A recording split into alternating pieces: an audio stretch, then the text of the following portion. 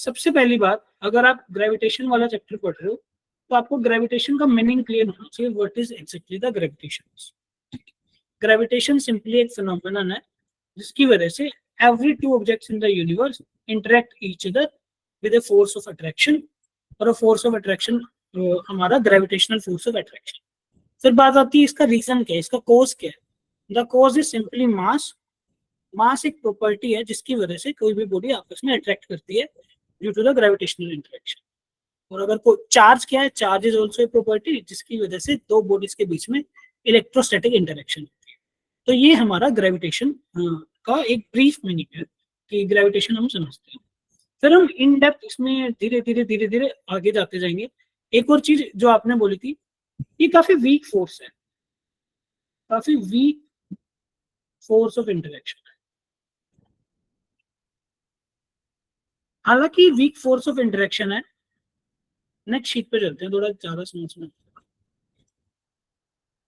Gravitation, हालांकि ये weak force of interaction है,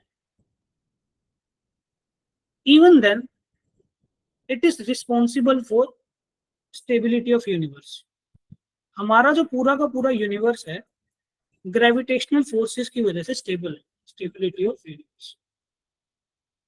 हमारा पूरा प्लैनेटरी सिस्टम, पूरा सेलेस्टियल बॉडीज का सिस्टम, जो कि हमारा इंटरस्टेलर स्पेस है, सारा का सारा ग्रेविटेशनल फोर्स की वजह से स्टेबल है। अगर ग्रेविटेशनल फोर्स ना होता तो पूरा कोई भी हमारा जो प्लैनेट है वो अपनी ऑर्बिट में रिवॉल्व ना करता। तो gravitation force is responsible for stability of universe. अब इसको थोड़ा सा और प्रूव करते हैं इन डेप्थ। चलो वन बाय वन हम रीड करते हैं। Every particle of the matter in the universe, हर पार्टिकल मैटर का attracts every other particle with a force that is directly proportional to the product of masses. अभी हमने gravitation पढ़ा था, उसके बाद हम लॉ ऑफ ग्रेविटेशन पढ़ रहे हैं, universal law of gravitation. What is universal law of gravitation? Same बोल रहा है कि हर यूनिवर्स का हर एक पार्टिकल दूसरे पार्टिकल को अट्रैक्ट कर रहा है with a force that force is directly proportional to the product of masses. जैसे इलेक्ट्रोस्टैटिक फोर्स था that was directly proportional to product of charges. Similarly आपका ग्रेविटेशनल फोर्स है that is directly proportional to product of masses. अगर आप ध्यान से देखोगे, धीरे धीरे चैप्टर में आप ऑब्जर्व करोगे कि जो हमारा इलेक्ट्रोस्टैटिक्स वाला पार्ट है, इलेक्ट्रोस्टैटिक्स वाला पार्ट और हमारा ग्रेविटेशन वाला पार्ट, इनकी फॉर्मुलेशन ना बिल्कुल सेम सेम है, लगभग इनकी फॉर्मुलेशन सेम सेम है। फिर क्या बोल रहे हैं, जो ग्रेविटेशनल फोर्स है that is inversely proportional to 1/r², और जब हम इन दोनों को क्लब करेंगे तो ये बन जाएगा force is directly proportional to m1 m2/r²। और इस प्रोपोर्शनैलिटी को हटाते हैं तो कौन सा कांस्टेंट आता है बताओ जरा। इस प्रोपोर्शनैलिटी के साइन को हटा के इक्वल टू लगाते हैं तो कौन सा साइन आता है, कांस्टेंट आता है g, m1 m2/r²। और इसका नाम क्या होता है, इसका नाम होता है universal gravitational constant. Universal gravitation constant. नाम यूनिवर्सल ग्रेविटेशनल कांस्टेंट इसलिए रखा गया है क्योंकि इसकी जो वैल्यू है ना फिक्स है। चाहे आप चांद पे चले जाओ, चाहे आप मून पे चले जाओ, चाहे आप सी वाटर के अंदर चले जाओ या किसी मीडियम के अंदर चले जाओ, तो इसकी जो वैल्यू है वो हमेशा सेम रहेगी। हाउएवर जब हम इलेक्ट्रोस्टैटिक्स में पढ़ते हैं, इलेक्ट्रोस्टैटिक्स में हमारा जो कांस्टेंट आता है that is equal to k(q1 q2/r²). ये होता है इलेक्ट्रोस्टैटिक फोर्स कांस्टेंट। ये मीडियम डिपेंडेंट होता है, मीडियम डिपेंडेंट। बट हमारा जो g है यूनिवर्सल ग्रेविटेशन कांस्टेंट, ये मीडियम से इंडिपेंडेंट है। इसका मतलब अगर मान लो आपके पास दो मासेस हैं, लेट्स से एक मास है m1 एक मास है m2, ये m1 ये m2, इनके बीच का डिस्टेंस है r। अब इनके बीच में जो फोर्स लग रहा है that will be equal to g m1 m2/r²। अगर इनके बीच में मैं कोई मीडियम रख दूं लेट्स से इनके बीच में मैंने एक मीडियम रख दिया, ये मीडियम पानी है, अब भी इनके बीच में सेम फोर्स लगेगा जो कि पहले लग रहा था। लेट्स से ये मीडियम अगर मेरा एक सीमेंटेड वॉल है, सीमेंटेड वॉल, इवन देन इनके बीच में जो सेम जो फोर्स लग रहा था जी m1 m2/r², वो सेम फोर्स अभी भी लगेगा। तो जो ग्रेविटेशनल फोर्स है एफ ग्रेविटेशनल इस मीडियम इंडिपेंडेंट, ये इस बात से इंडिपेंडेंट है कि उन दो बॉडीज के बीच में कौन सा मीडियम, ठीक है। तो हम इस पेज पे थे अपने, तो हमारा फोर्स का एक्सप्रेशन क्या आता है, force is equal to G m1 m2/r²। हमारा जी क्या होता है, यूनिवर्सल ग्रेविटेशनल कांस्टेंट, ये हम ऑलरेडी पढ़ चुके। बस ये इसकी स्केलर फॉर्म है, ये इसकी स्केलर फॉर्म है। देन इसकी वेक्टर फॉर्म की बात आती है कि हम इसको वेक्टर फॉर्म में भी लिख सकते हैं। वो कैसे लिख सकते हैं, सिंपल सी बात है।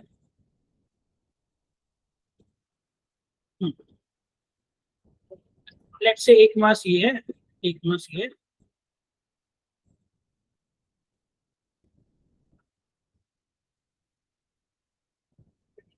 आप यहाँ पे ओरिजिन ट्रीट कर दो, ठीक है। ये मास m1 है, ये मास m2। इस m2 मास का पोजीशन वेक्टर अगर मैं ड्रॉ करूं तो इसका पोजीशन वेक्टर कुछ ऐसा बन जाएगा r, ठीक है, r पोजीशन। और इनके बीच का जो डिस्टेंस है r वेक्टर का मैग्नीट्यूड, इसको हम स्मॉल r बोलते हैं। तो अगर मैं बोलूं force on body 2 due to body 1, force on body 2 due to body 1 is equal to G m1 m2 divide by r²। और यहाँ माइनस में एक आ जाएगा, माइनस में r कैप। r कैप मतलब अगर ये वेक्टर है r तो इसकी डायरेक्शन बनेगी r कैप, लेकिन इस 2 वाले मास पे जो फोर्स लग रहा है वो फोर्स की डायरेक्शन तो इस साइड है ना, फोर्स की डायरेक्शन इस साइड है, तो डायरेक्शन बनेगी minus r cap.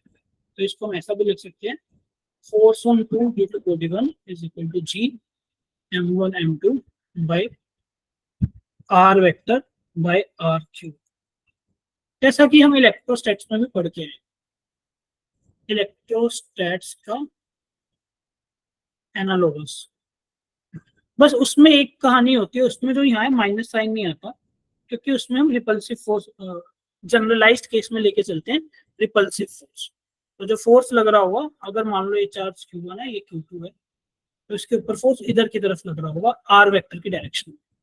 However gravitation में फोर्स की डायरेक्शन उल्टी हो जाती है, ठीक है। इसकी एक बार और मैं इसको थोड़ा अच्छे से इलेबोरेट करना चाहूंगा वेक्टर फॉर्म को, क्योंकि कई बार क्वेश्चन आ जाता है वो कंफ्यूजिंग सा लगता है।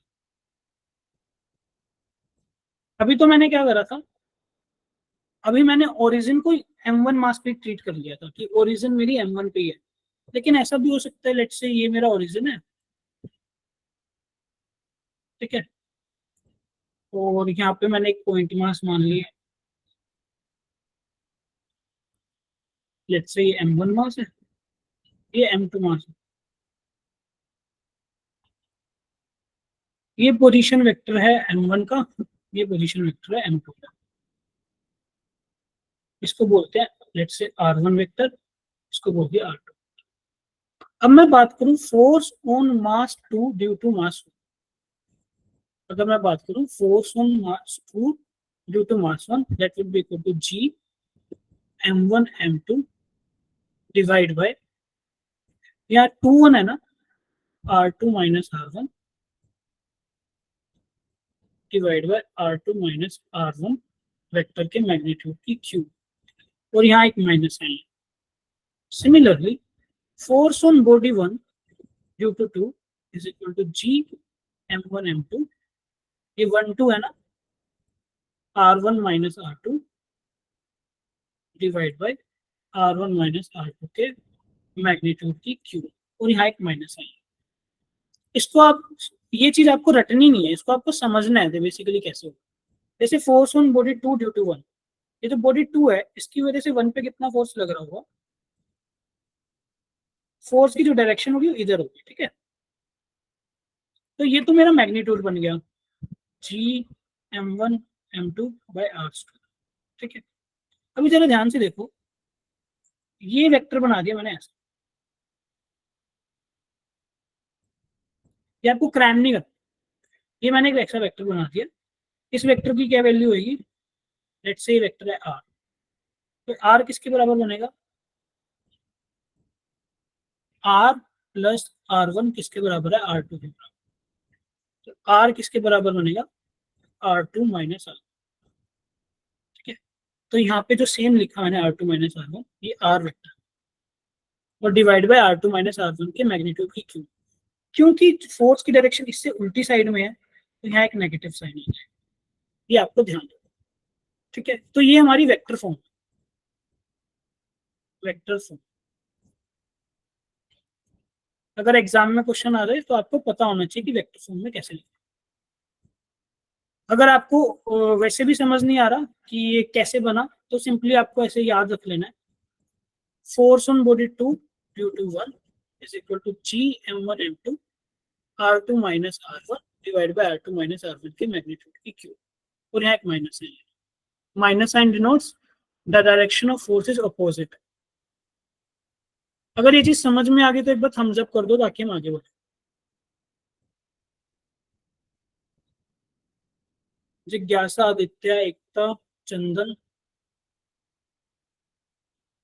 विवेक कुमार गुप्ता, वंशिका, विशेष, आप लोग तो रह गए, ठीक है। ये आपकी वेक्टर फॉर्म है, ये जो कि लिखी हुई है मैंने वहां पे आपको समझा भी रही है। नेक्स्ट हम बात करते हैं, जो चीज मैंने यहाँ पे लिखी हुई है वो मैं ऑलरेडी आपको वहां पे समझा चुका हूँ, राइट, ये मैं ऑलरेडी आपको समझा चुका हूँ। फिर क्या बोल रहा है, फिर बोल रहा है if we have a collection of point masses, Aditi Pathak क्या डाउट आया, अदिति पाठक कुछ क्वेश्चन मार्क भेजा आपने, बताओ क्या डाउट है। सर दोनों फोर्स में नेगेटिव आएगा, नेगेटिव हाँ साइन। हाँ हाँ हाँ हाँ, तो आपको पता क्या क्या लग रहा है,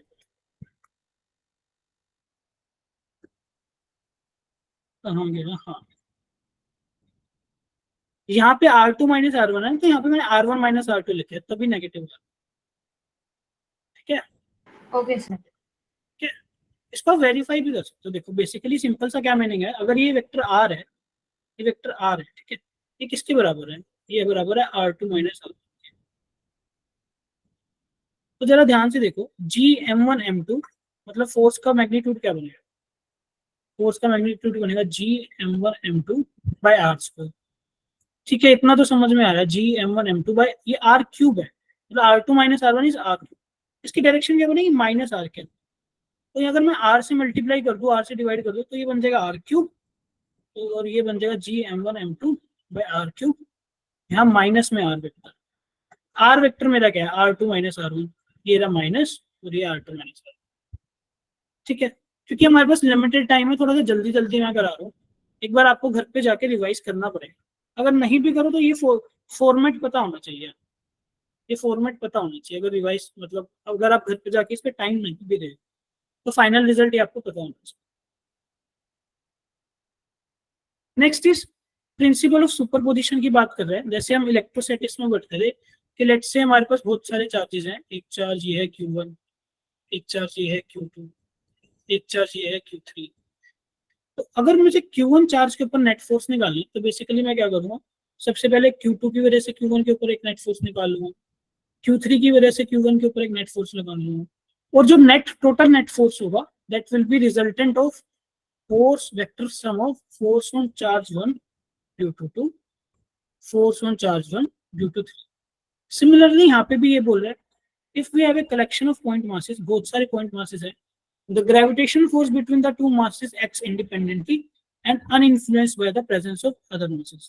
कि ये वाला चार्ज इसके ऊपर जितना फोर्स लगा रहा है वो इस बात से इंडिपेंडेंट है कि यहाँ पे कोई और दूसरा चार्ज प्रेजेंट है या नहीं प्रेजेंट है। हालांकि जो नेट फोर्स होगा वो तो वेक्टर सम होगा, लेकिन जो टू वाला चार्ज है वो वन वाले चार्ज पे जितना फोर्स लगा रहा है वो इस बात से बिल्कुल इंडिपेंडेंट है कि कोई और चार्ज प्रेजेंट है या नहीं प्रेजेंट है। इन द सिमिलर मैनर अगर मेरे पास इन द सिमिलर मैनर अगर मेरे पास 2-3 ऑब्जेक्ट मासेस हैं 1 2 3 m1 m2 m3, अगर मैं बात करूं कि m1 पे कितना फोर्स लग रहा है, तो जो 2 वाला मास है वो m1 मास पे जितना फोर्स लगा रहा है वो इस बात से इंडिपेंडेंट है कि कोई दूसरा मास प्रेजेंट है या नहीं प्रेजेंट है। वो बात अलग है, नेट फोर्स जो होगा सबका वेक्टर सम होगा, पर जो m2 वाला मास m1 वाले पे कोई फोर्स लगा है वो इस बात से इंडिपेंडेंट है कि m3 प्रेजेंट है या कोई और दूसरा मास m4 प्रेजेंट है या नहीं। ये बात इसमें बोली। और फिर सेम बात बोल रहा है, the resultant gravitational force acting on one of them is the vector sum of gravitational force exerted by one point mass एश, जो कि बात हम ऑलरेडी कर चुके हैं। अब ये सेम बात को घुमा फिरा के थोड़ी सी टफ लैंग्वेज में बोल देंगे कि अगर लेट से मेरा m4 मास है, ये m1 मास है, ये m2 मास है, ये m3 मास है, ये इसके ऊपर एक फोर्स लगा रहा है, ये इसके ऊपर एक फोर्स लगा रहा है। ये सिर्फ बुकिश नॉलेज के लिए, ये बुकिश कहते हैं ना, बुकिश फॉर्मेट है, पर हम इस बुकिश फॉर्मेट में नहीं जाएंगे। हमें तो मतलब क्लियर होना चाहिए। हमें मतलब क्लियर ये हो रहा है कि अगर मान लो किसी बॉडी कोई m1 मास प्रेजेंट है, उस m1 मास के ऊपर जो नेट फोर्स होगा that will B vector sum of all the other masses. और इसको हम क्रैम नहीं करेंगे, इसका हमारा नो यूज है। अगर हमें कॉन्सेप्ट पता है, अगर हमें कॉन्सेप्ट पता है तो हम वेक्टर फॉर्म से, वेक्टर लॉ से अपने क्वेश्चंस कर लेंगे। तो इसको मैं ज्यादा टाइम भी नहीं दूंगा, ये बस क्योंकि बुकिश फॉर्मेट है मैंने आपको बता दिया। नेक्स्ट इज जो ग्रेविटेशनल कांस्टेंट था ना जी, that was found out experimentally. ये ना एक्सपेरिमेंटली फाइंड आउट किया गया था, एक्सपेरिमेंटली फाइंड आउट किया गया था, ठीक है। और एक्सपेरिमेंट था कुछ कैवेंडिश एक्सपेरिमेंट, और कुछ ज्यादा हमें को उसका लेना देना नहीं है। हमारे काम की चीज इतनी है कि इस जी की कितनी वैल्यू है, इस जी की एसआई सिस्टम में ये वैल्यू होती है और ये इसकी डायमेंशन होती है। अब मुझे फटाफट से बोल दो, आपको डायमेंशन मिल गया क्या? अपनी नोटबुक में कर सकते हो, डायमेंशन निकाल के दिखा सकते हो। Force is equal to G m1 m2 by are square. आप खुद से करोगे अभी प्रैक्टिस के लिए? करो फटाफट करके बताओ, हो जाए तो मुझे बताना। जी की डायमेंशन निकालनी है और मैच करके देखो आ रही है नहीं।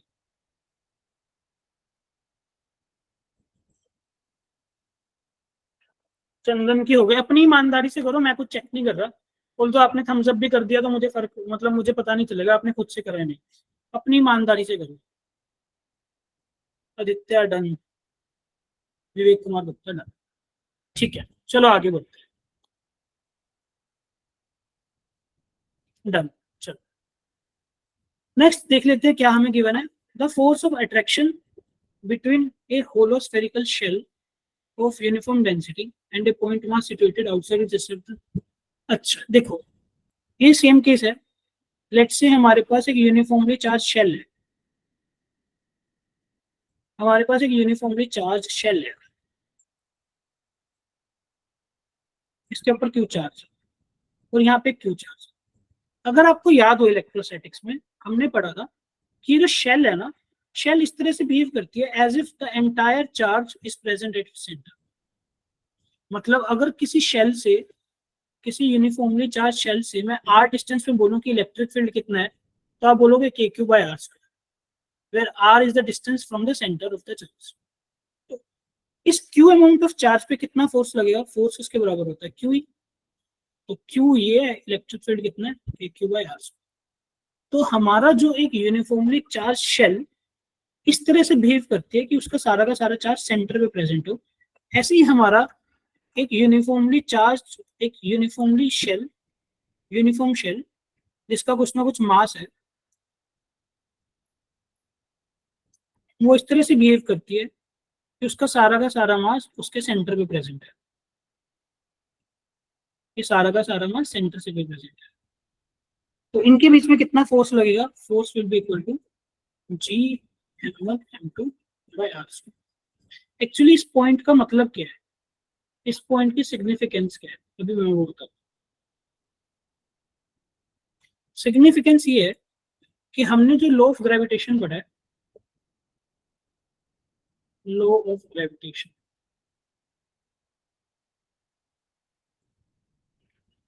That is equal to F is equal to G m1 m2 by r. हमने ये बोला था ये जो मेरे मासेस है ना m1 m2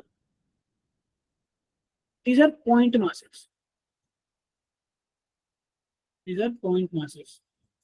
Point masses का जैसे ही माइंड में आता है हम ये समझ लेते हैं ऐसा मास जिसकी कोई भी डायमेंशन हो. एक्चुअली पॉइंट मासेस का मतलब क्या होता है? मासेस whose dimension, जिनकी dimension are very small as compared to separation between them.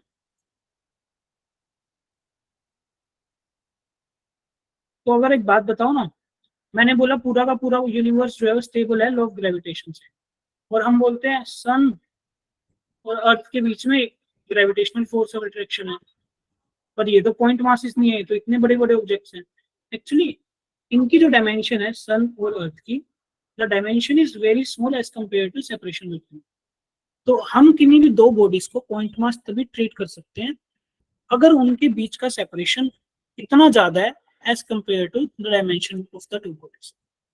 तो पर यहाँ पे क्वेश्चन क्या गिवन है, यहाँ पे एक सिचुएशन गिवन है कि अगर लेट्स से मेरे पास एक शेल है, जिसका मास है m1, और उस शेल से कुछ फाइनाइट डिस्टेंस पे एक दूसरा मास लगा हुआ है m2, एक दूसरा मास है. अब इसकी रेडियस है लेट्स से 10 सेंटीमीटर और ये डिस्टेंस है 20 सेंटीमीटर. तो इसकी डायमेंशन तो कंपैरेबल है, लगभग डबल ही है, कुछ ज्यादा फर्क नहीं है. यहाँ पे भी मैं लॉ ऑफ ग्रेविटेशन लगा सकता हूँ. क्यों लगा सकता हूँ? क्योंकि एक यूनिफॉर्म डेंसिटी की जो शेल है ना, वो इस तरह से बिहेव करती है as if its entire mass is concentrated at the centre. इस तरह से बिहेव करती है कि इसका सारा का सारा मास इसके सेंटर पे हो.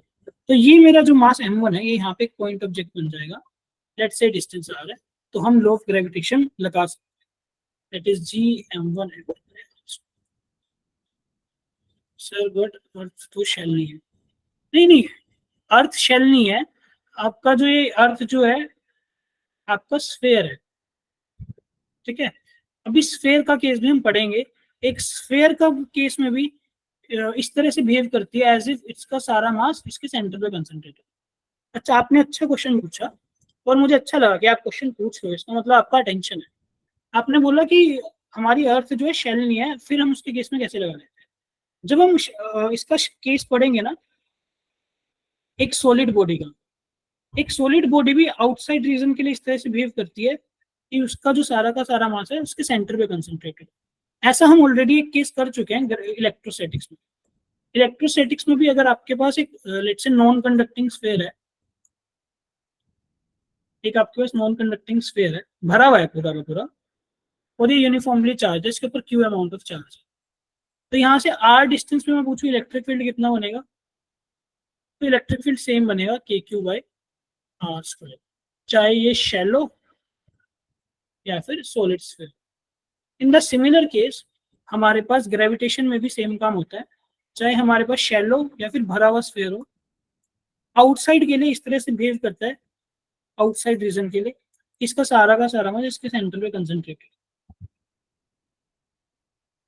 ये मास है m, तो यहाँ पे बनेगा intensity Gm by r square. ये भी हम पढ़ेंगे, अभी हम पहुंचे नहीं इसमें, ठीक है. Next is the force of attraction due to hollow spherical shell of uniform density on a point mass situated inside is g. हाँ, जैसा हम बोलते थे कि इलेक्ट्रिक फील्ड में,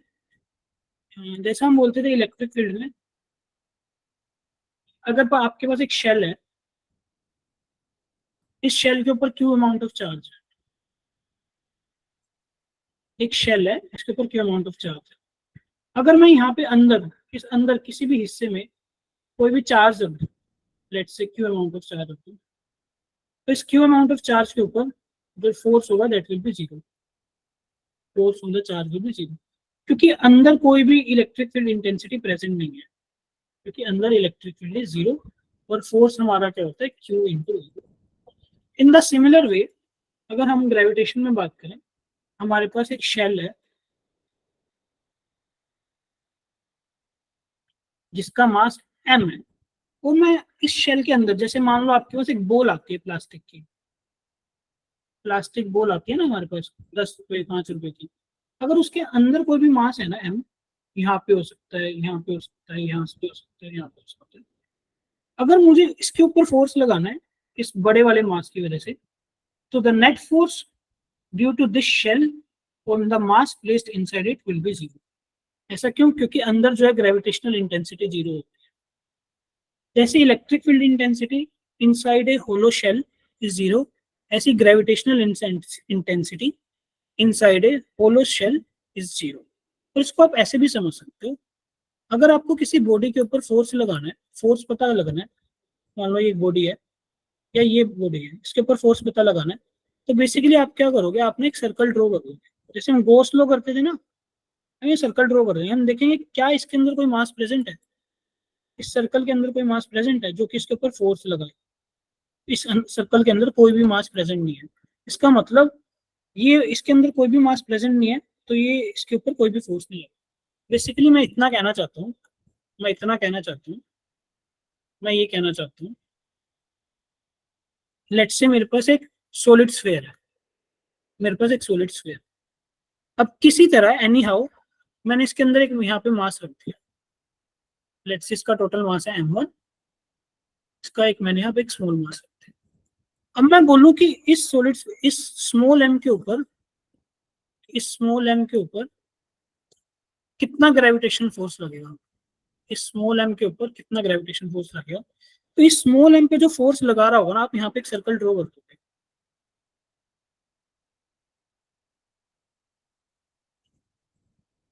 ऐसा सर्कल जो कि इसकी सर्कल जिसकी सर्कमफ्रेंस यहाँ से पास हो, इस स्मॉल m के ऊपर वो मास फोर्स लगा रहा होगा जो इस सर्कल के अंदर होगा, मतलब इस स्फीयर का वो वाला पोर्शन जो कि मैं अभी व्हाइट व्हाइट शेड कर रहा हूँ, सिर्फ ये वाला पोर्शन इसके ऊपर फोर्स लगाएगा, इस रेड कलर के बाहर वाला पोर्शन यानी कि जो मैं येलो शेड कर रहा हूँ, इसके ऊपर कोई भी फोर्स नहीं लगाया।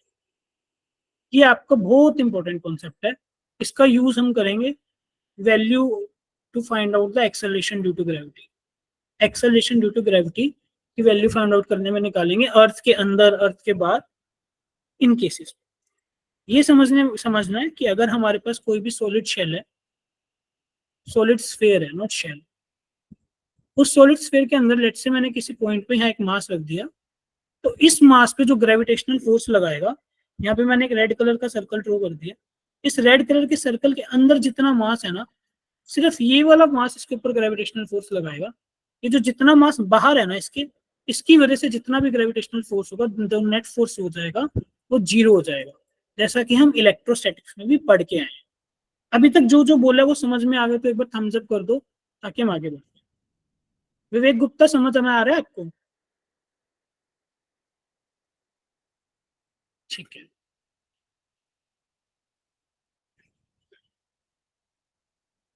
ठीक है, चलो अब आगे बढ़ते हैं। अब थोड़ी थ्योरी पढ़ लिया हमने, लॉ ऑफ ग्रेविटेशन पढ़ लिया हमने, सब ग्रेविटेशन को मत समझा भी, एक सेकंड, हमने ग्रेविटेशन समझा कि ग्रेविटेशन क्या है, ठीक है, हमने यूनिवर्सल लॉ ऑफ ग्रेविटेशन पढ़ा, यूनिवर्सल लॉ ऑफ ग्रेविटेशन,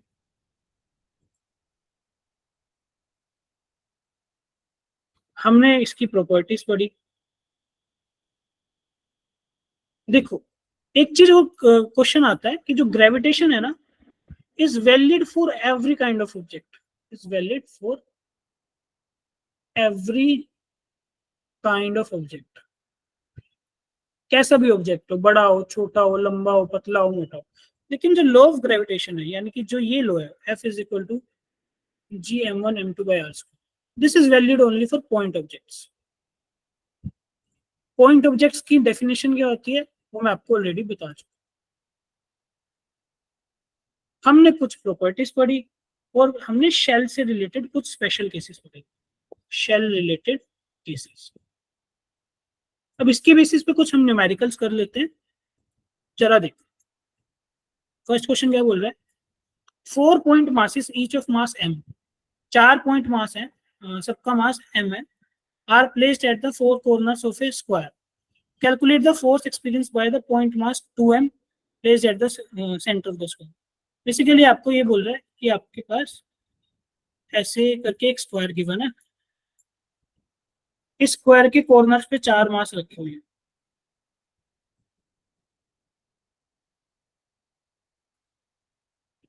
एक मास यहाँ है, एक मास यहाँ है,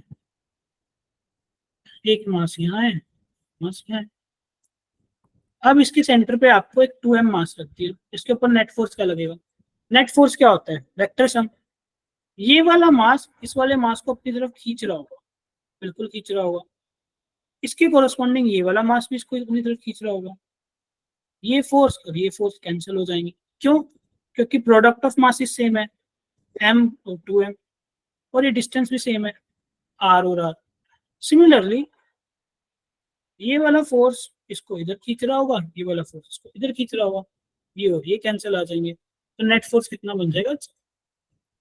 और अगर आपको याद हो, मैंने इलेक्ट्रोस्टैटिक्स में बोला था, तो अगर n फोर्सेस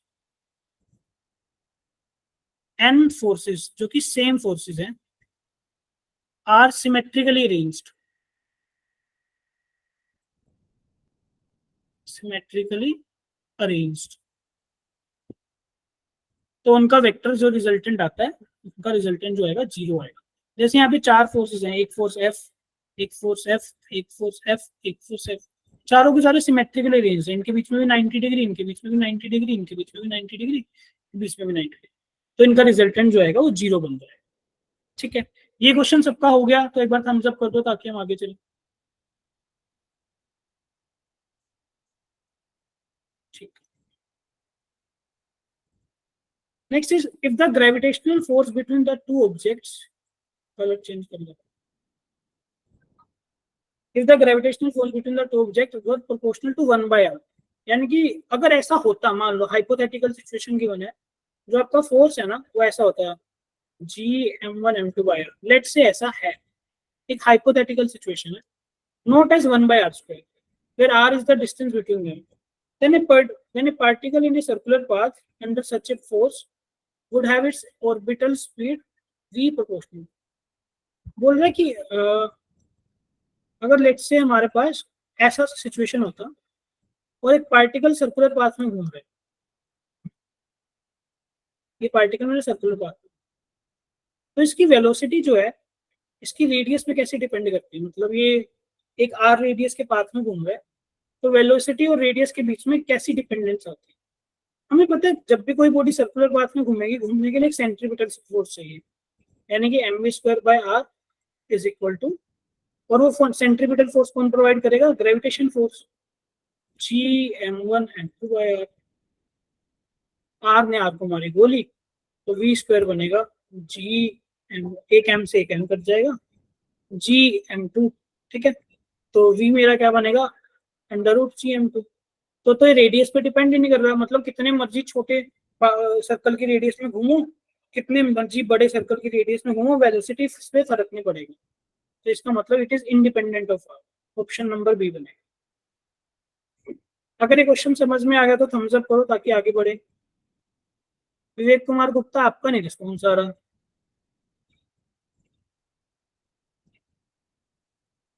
आपके ऊपर खास नजर है मेरी विवेक, आप क्लास नहीं अटेंड कर रहे। मेरे को बहुत उम्मीदें थी आपसे कि आप पढ़ने वाले सिंसियर बच्चे हो, लेकिन आपने क्लास अटेंड नहीं करी उसके बाद। अब आदित्य से तो मेरे को कोई उम्मीद थी नहीं पहले भी, वो ज्वाइन करे या ना करे, पर आपसे मुझे बहुत उम्मीद थी। तो टॉपिक कॉपी का डर लगता है, मैं कौन से डंडे मार रहा हूँ आपका? मना कर दो, नहीं बन रही कॉपी, नहीं मिल रहा टाइम, क्लास तो अटेंड कर लो। आदित्य कौन से वाला है, सेक्शन बी वाला है, सेक्शन सी वाला है? No Aditya is here. चलो अगला क्वेश्चन है, अभी आपने ग्रेविटेशन वर्ड पढ़ा। ग्रेविटेशन वर्ड सिंपली सेज कि एक फिनोमेनन है जिसमें दो ऑब्जेक्ट्स आपस में इंटरेक्ट करते हैं, और वो इंटरेक्शन कैसी है? Force of attraction, attractive force of interaction है, ठीक है। नेक्स्ट हम बात करते हैं कि gravity, what is gravity?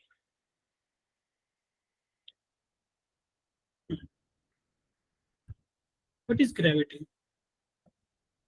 Gravity simply means, gravitation में अगर दो मासेस हैं, एक मास है m1, एक मास है m2, इनमें से any one mass, let's say m1, this is a planet, let's say planet है, ये कोई भी प्लैनेट हो सकता है, लेट्स से ये अर्थ हो जाए, ठीक है, ये जुपिटर हो जाए, प्लैनेट या फिर सैटेलाइट भी बोल सकते हो, जैसे मून हो गया, या सही मायने में बोले जाए तो सेलेस्टियल बॉडी बोल दो,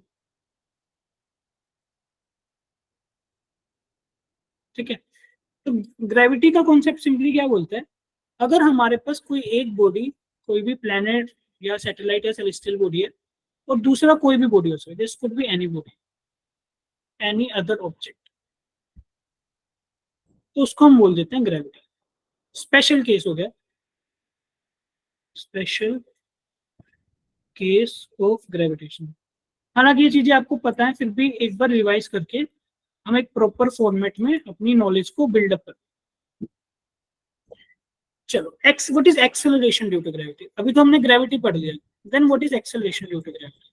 तो सिंपली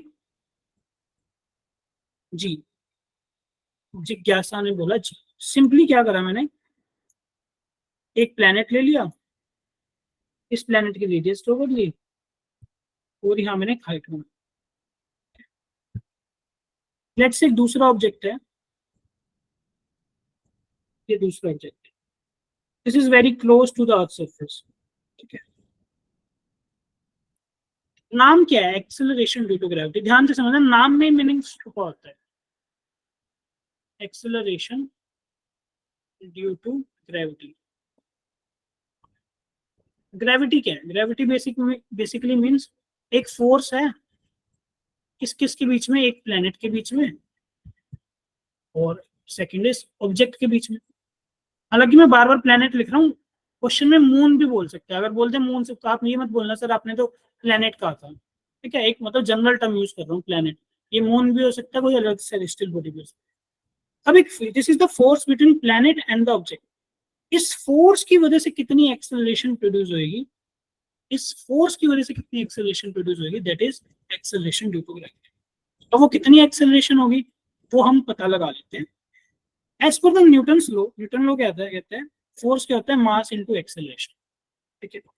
अब क्योंकि हमारी एक्सेलरेशन एक स्पेशल केस है, that is acceleration due to gravity, हम इसको नाम दे देते हैं जी। तो हमने इसको दे दिया mg।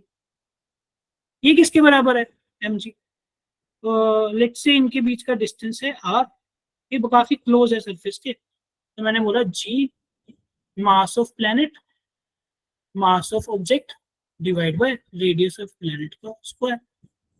तो अगर मैं यहाँ पे काटा पीटी करूंगा, मास ऑफ प्लेनेट से मास, मास ऑफ ऑब्जेक्ट से मास ऑफ ऑब्जेक्ट होता, तो acceleration due to gravity on the surface, surface पे कितना आएगा? g times mass of planet divide by radius of planet का स्क्वायर। ये आपका important, g times, capital G times mass of planet on the into divide by radius of planet का square. बस यहाँ पे देखना, जरूरी नहीं प्लेनेट हमारा अर्थ ही हो, जुपिटर हो, ये मून भी हो सकता है, क्योंकि क्वेश्चन हमारे जनरली मून के आते हैं, ठीक है, कि मून पे क्या होगा, जुपिटर वगैरह के बहुत कम होते हैं। हालांकि आने को आ भी सकते हैं, ये मत बोलना कि सर ने कराया। तो acceleration due to gravity on the surface is equal to g times mass of planet divide by radius of planet का स्क्वायर। यहाँ से रिजल्ट आपको याद रखना है, acceleration due to gravity on the surface, radius of planet का square is equal to g times mass of planet. इस result का हम यूज करेंगे बार बार डेरिवेशंस।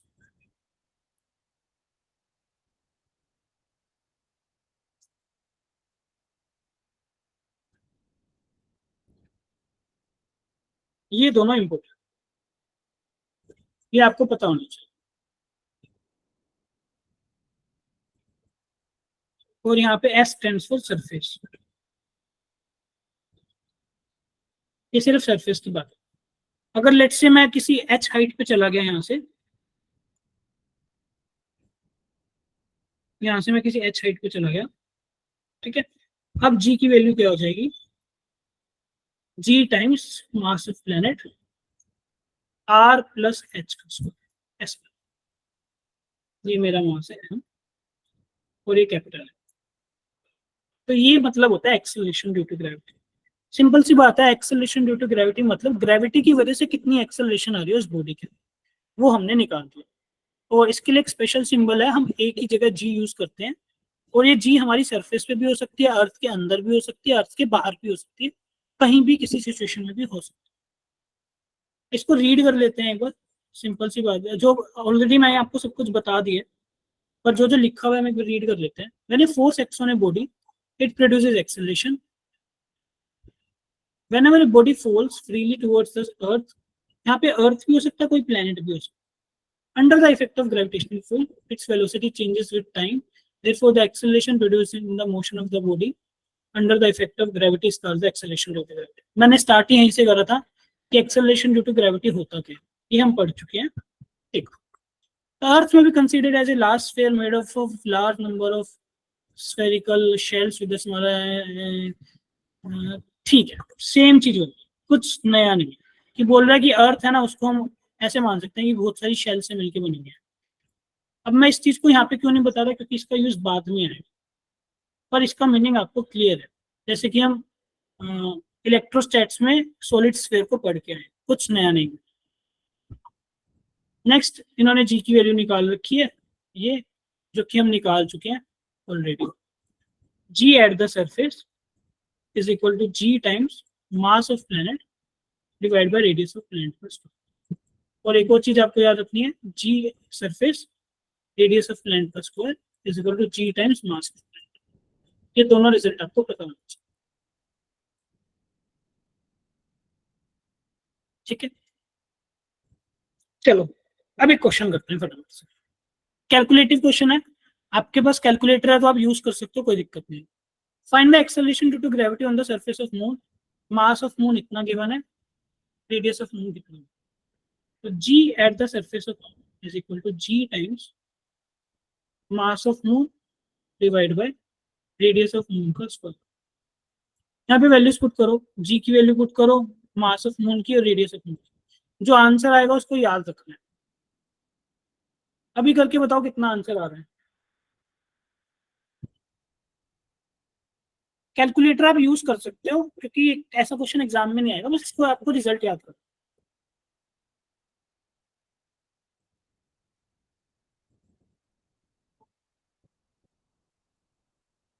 मैं वेट कर रहा हूँ आप लोगों के आंसर्स के।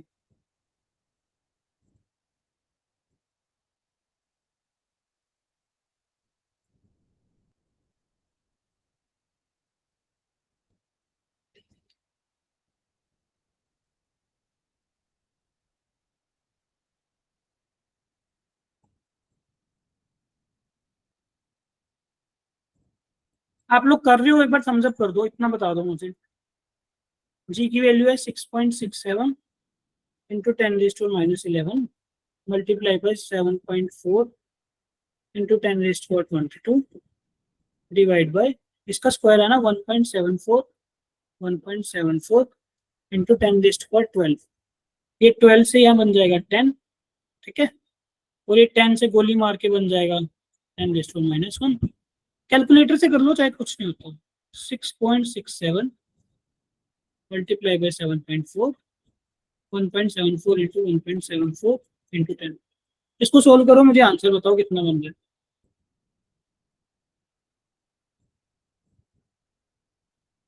कितना बन रहा है?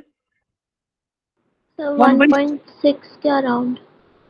1.6 के अराउंड, ठीक है। और किसका किसका हुआ?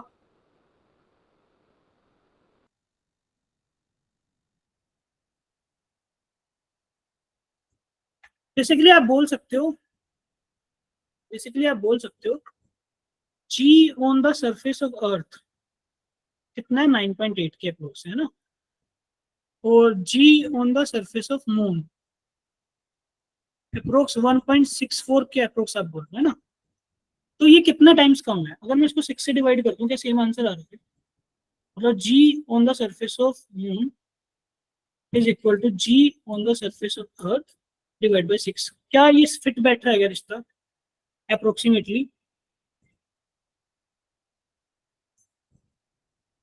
ठीक है, अप्रोक्सीमेटली हम ऐसा बोल सकते हैं। चंदन चेक करना सही बैठ रहा है? यस सर, सही बैठ रहा है सर। ठीक है, तो ऐसे हम याद रख सकते हैं। ठीक है, नेक्स्ट आगे चलते हैं। Imagine a new planet, hypothetical situation दे रहे हैं, imagine a new planet having the same density as that of earth but it is 3 times bigger than the earth in size. मतलब जो डेंसिटी है प्लैनेट की that is equal to density of earth. ठीक है, और radius बोल रहा है, radius of planet is equal to 3 times the radius of earth if the acceleration due to gravity on the surface of earth is g. अच्छा, अब जरा एक बात बताऊं, ये जो मैं फॉर्मूला डिराइव करूंगा यहाँ पे, ये आपको यूज करना है। ठीक है, जो एक्सेलरेशन ड्यू टू ग्रेविटी होता है g, that is equal to g times mass of planet radius of planet का स्क्वायर। मास को मैं लिख सकता हूँ density into volume 4/3 pi r. तो जी मेरा बनेगा g times r square density times 4/3 pi r. R square से एक यहाँ चला जाएगा खत्म, तो मेरा जी की वैल्यू क्या बनेगी? जी मेरा बनेगा 4/3 pi capital G radius into density. अब एक बात बताओ, अगर डेंसिटी सेम है, रेडियस 3 टाइम है, ये हमारा कांस्टेंट है, ये हमारा कांस्टेंट है, ये हमारा कांस्टेंट है, डेंसिटी हमारी कांस्टेंट है, लेकिन रेडियस बढ़ गई, 3 गुना हो गई, तो एक्सेलरेशन ड्यू टू ग्रेविटी भी 3 टाइम्स हो जाएगी। Option number directly proportional. और इसको आप ना यहाँ पे भी लिख सकते हो, एक्सेलरेशन ड्यू टू ग्रेविटी का जो फॉर्मूला होता है g times mass of planet radius of planet का स्क्वायर। ये किस किस की टर्म्स में है? Mass and radius. ठीक है, इस सेम जी की वैल्यू होती है 4/3 पाई जी आर रो। ये किस किस की टर्म्स में? Density and radius. रेडियस बोलना सही नहीं होगा एक्चुअली, सही मायने में तो ये बोलना सही होगा distance from the centre. Distance from centre, distance from centre, क्योंकि जब सरफेस पे होगा तभी डिस्टेंस फ्रॉम सेंटर रेडियस के बराबर होगा, अदरवाइज तो हम डिस्टेंस फ्रॉम सेंटर लेते हैं। तो एक्सेलरेशन ड्यू टू ग्रेविटी का एक फॉर्मूला ये है, एक फॉर्मूला ये है, ये स्टार मार्क कर लो, इंपॉर्टेंट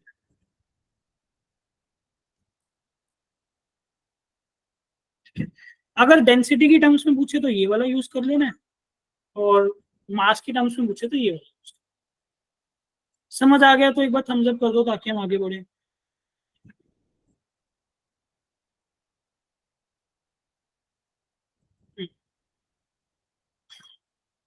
अब इस क्वेश्चन का आंसर आप खुद पढ़ो, खुद बताओ, ऑलरेडी मैं इस क्वेश्चन को भी करा चुका हूं। The acceleration due to gravity is G, mean density of earth is rho, by which relations G is gravitational constant. मतलब इनके बीच में रिलेशन बताना है, जी के बीच में, रो के बीच में, कैपिटल जी के बीच में, रेडियस ऑफ अर्थ।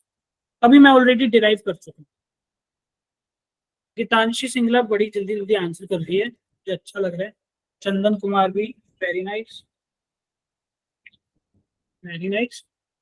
देखो अभी हमने डिराइव करा, जी जो है ये होता है 4/3 पाई जी आर। तो मुझे डेंसिटी निकालना है, तो मैं क्या करूंगा, सारी चीजों को उधर ले जाऊंगा, 3/4 जी पाई जी आर, ये मेरा डेंसिटी के बराबर है। ये निकालना था ना, देख लो, हाँ ये निकालना। ऑप्शन नंबर 1 बन रहा है कि मेरा जी किसके बराबर होता है? 4/3 पाई जी आर, ये पूछा गया है। तो 3/4 जी पाई जी आर इज इक्वल टू रो। अगर समझ में आ रहा है तो एक बार थम्स अप कर दो ताकि हम आगे बढ़ पाए अपने सिलेबस में। ये पीडीएफ घर जाके रिवाइज जरूर करनी है, पता लगे ऐसे कुछ भी ना करो। अब इसका आंसर खुद से बताओ।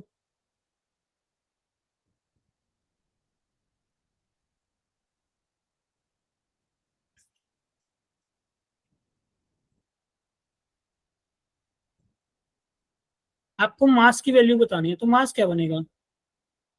जी r square by g is equal to mass. G r square by g, देखो कौन सा बन रहा है। Option B. जी स्क्वायर कहाँ से आ जाएगा?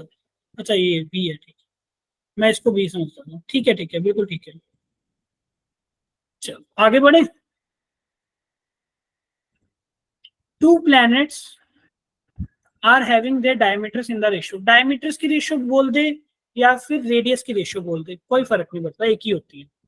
तो एक प्लैनेट वन ले लो, R1 बाय R2 की रेशियो क्या गिवन है हमें? 2/3। उनकी मासेस की क्या रेशियो गिवन है? M1 by M2 8/3। Acceleration due to gravity की रेशियो निकालनी है। लेट्स से G1 किसके बराबर है? G M1 bye R1 square. G2 किसके बराबर है? G M2 by R2 square.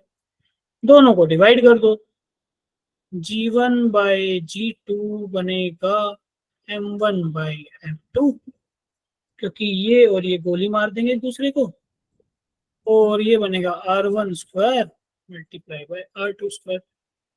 M1 by M2 की रेशियो आपको गिवन है 8/3, और आपको R2 बाय R1, यहाँ से R2 बाय R1 निकाल लो आप, 3/2।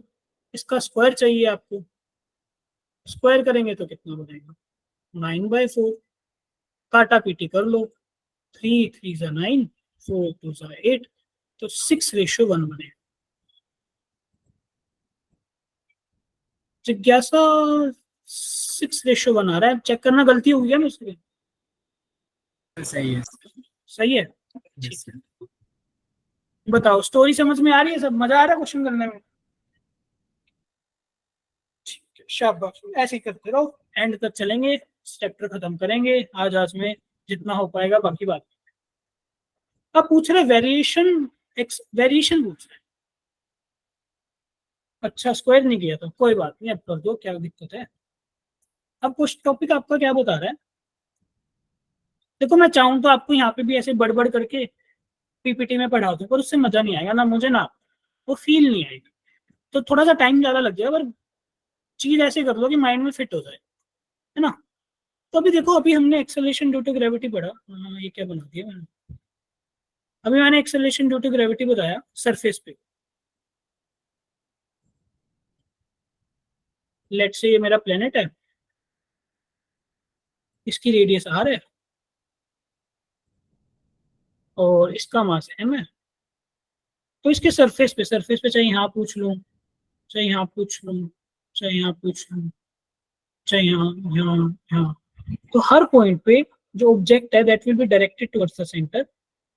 जो ऑब्जेक्ट पे एक एक्सेलरेशन लग रही होगी, सेंटर की तरफ लग रही होगी, वो कितनी लग रही होगी? Gm/r²। Gm/r², G eight the surface of planet. अब मान लो मैं इस प्लेनेट से कुछ h हाइट ऊपर चला गया, अब एक्सेलरेशन ड्यू टू ग्रेविटी कितना लगेगा? लेट्स से ये हाइट है h पर और ये रेडियस है। अब इस स्मॉल मास पे, ये मास ऑफ प्लेनेट है, फोर्स कितना लगेगा? फोर्स लगेगा g times mass, mass of planet divide by r plus h का होल स्क्वायर। बिल्कुल सही बात है। ये किसके बराबर है? mg के बराबर, मतलब mass times acceleration due to gravity.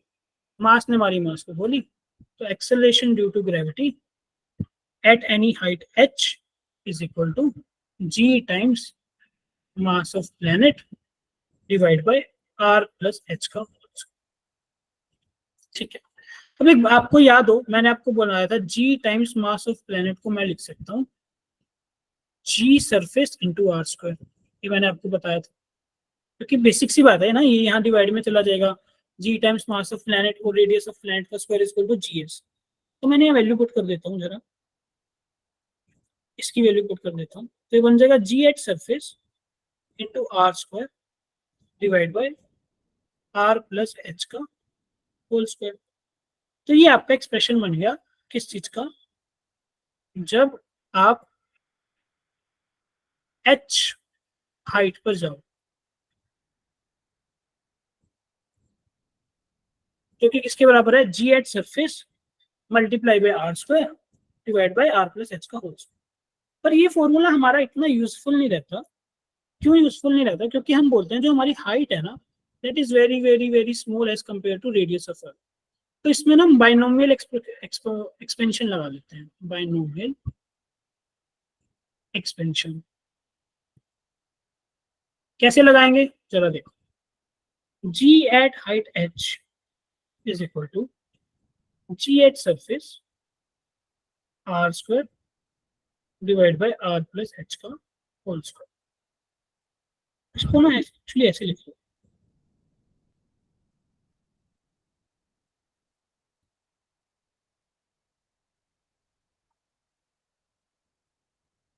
r plus h का होल स्क्वायर। अब इसको ध्यान से देखो, जरा ध्यान से देखो, क्या मैं ऐसा लिख सकता हूँ g at सरफेस, इस r को नीचे ले 1 divide by r plus h divide by r का होल स्क्वायर, क्योंकि ये ऊपर चला जाएगा कोई फर्क नहीं पड़ता, क्योंकि मैथ्स है ना, मैथ्स को जैसे मर्जी घुमा फिरा के लिख लो। तो जी एट हाइट एच क्या बनेगा, जी एट सरफेस, इसको इसके डिवाइड में ले जाओ, ये बन जाएगा 1, ये बन जाएगा एच का यार स्क्वायर। इसको फर्दर मैं ऐसे लिख सकता हूँ, g at height h is equal to g at surface 1 plus h by r की पावर -2। इसको मैं ऊपर ले गया तो पावर -2 हो जाएगी।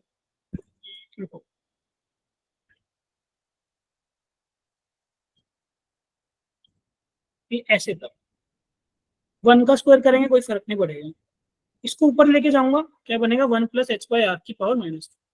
क्योंकि मैं एज्यूम कर रहा हूँ मेरा एच जो है बहुत बहुत बहुत बहुत छोटा है एच से, आर से, तो एच बाई आर जो है बहुत बहुत बहुत बहुत छोटा हो जाएगा 1 से, तो बाइनोमियल लगा लूंगा मैं। तो जी एट हाइट एच क्या बनेगा, g at surface 1 minus 2 h by r. ये हमारा फॉर्मूला यूजफुल। ये कब यूजफुल है, जब हमारा एच जो है very is small as compare to radius of planet. ठीक है, और ये वाला जो फॉर्मूला है ये जो है ऑलवेज वैलिड है, लेकिन इसका हम यूज कब करते हैं, जब हमारा एच जो है कंपेरेबल हो रेडियस ऑफ प्लेनेट, इसका यूज हम तब करते हैं। तो एक बार समराइज कर लेते हैं हमने क्या पढ़ा अभी इस डेरिवेशन में।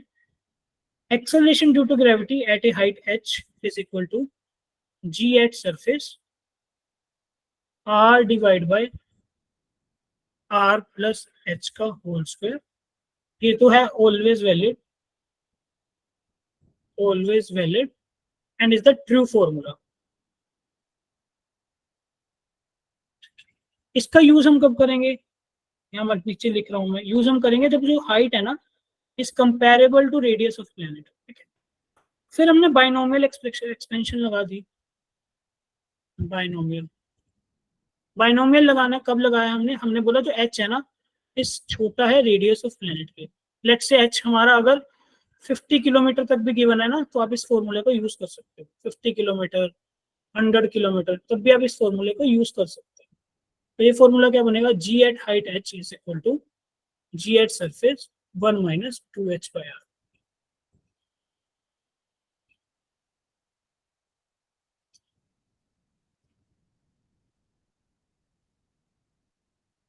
अभी तक जितना समझाया समझ में आ गया तो बता दो एक बार, ताकि हम आगे बढ़ पाए। जिज्ञासा, शिखा, विवेक गुप्ता, विवेक गुप्ता, गीतांशी, आदित्य, अदिति का नहीं आया अभी तक हम सब। ठीक है, वेरी नाइस। अभी इतना पढ़ लिया, इसमें एक और चीज आ जाती है, एक एक्स्ट्रा चीज। यहां से पूछ सकता है परसेंटेज चेंज। परसेंटेज चेंज कितना होगा अगर आप एच हाइट पे चले जाओ। तो परसेंटेज चेंज बेसिकली क्या होता है, जी H minus ji s divide by G S into 100। इस फॉर्मूले से अगर मैं ओपन करूं, इस फॉर्मूले को अगर मैं ओपन करूं तो ये बनेगा g h is equal to ji s minus 2h by R into g s. इसको अगर मैं सोल्व करूंगा ना तो डेल्टा जी बाई जी आई बनेगा मेरा माइनस के 2h बाई आर, क्योंकि ये यहाँ माइनस में चला जाएगा और यहाँ डिवाइड में जाएगा। तो फ्रैक्शनल चेंज बनेगा डेल्टा जी बाई जी कितना बनेगा, माइनस 2h बाई आर। और परसेंटेज चेंज की बात करूं, percentage change in g that will be equal to minus 2h by R into 100। अभी हमने h हाइट के ऊपर जितनी वेरिएशंस पॉसिबल है वो हमने पढ़ ली। फर्स्ट हमने अब जनरल फॉर्मूला पढ़ा कि जनरल फॉर्मूला क्या है, ये कब वैल्यूड है, जब हमारा जो हाइट है कंपैरेबल है रेडियस ऑफ प्लैनेट। फिर हमने बाइनोमियल एक्सपोनेंशियल बाइनोमियल एक्सपेंशन से निकाल लिया कि अगर हमारी हाइट काफी छोटी है as compare to the radius of planet, तो हम ये वाला फॉर्मूला यूज कर लेंगे। और इसी फॉर्मूला के बेसिस पे हमने परसेंटेज चेंज निकाल लिया कि अगर परसेंटेज चेंज पूछा तो कैसे निकालें। अब इसके बेसिस पे कुछ क्वेश्चंस पूछे गए होंगे, ये हम ऑलरेडी पढ़ चुके हैं। धम धम मैं टिक टिक कर रहा हूँ क्योंकि हम ऑलरेडी पढ़ चुके हैं। ये रहा, ये पढ़ चुके हैं, ये पढ़ चुके हैं, ठीक है। उसके बाद डेप्थ वाला भी इन्होंने यहाँ पे करा दिया, डेप्थ वाला कि अगर हम अर्थ के अंदर चले जाएंगे तब क्या आएगा। तो हम पहले डेप्थ वाला कर लेते हैं, फिर हम क्वेश्चंस पे आते हैं। हम अपना डेप्थ वाला, लेट्स से ये हमारी अर्थ है, थोड़ी बड़ी बन गई, छोटी बना देते हैं। अर्थ बोलना हर बार ठीक नहीं है, प्लेनेट, किसी भी प्लेनेट के बारे में पूछ सकते हैं। क्योंकि हम नाइन्थ में बार बार अर्थ पढ़ के आए हैं, बुक्स में भी अर्थ होता है, तो हमारे माइंड मुंह पे अर्थ चढ़ा रहता है।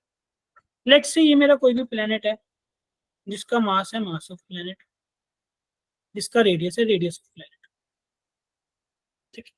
अब मैं क्या कर रहा हूँ, इससे कुछ आर डिस्टेंस नीचे आ गया, नहीं डी डिस्टेंस नीचे आ गया इस पॉइंट। अब मैं बोल रहा हूँ इस पॉइंट पे what is acceleration due to gravity at a distance d below the surface of. तो ये भी निकाल लेंगे, इसमें निकालने में क्या दिक्कत। मैंने ऐसे समझाया था, सबसे पहले हम एक सर्कल ड्रॉ कर लेंगे ऐसा,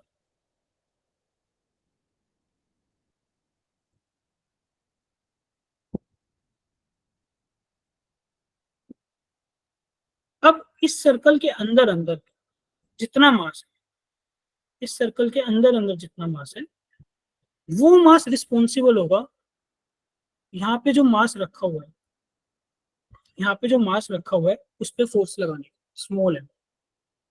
ऐसा मैं क्लास के बिगिनिंग में बता चुका हूँ, अगर आपको याद, ये वाला मास रिस्पॉन्सिबल। तो अगर मैं लिखना चाहूँ g acceleration due to gravity at depth d is equal to g times m dash मतलब नया मास डिवाइड बाय, जरा ध्यान से देखो आप, यहां से डिस्टेंस कितना है,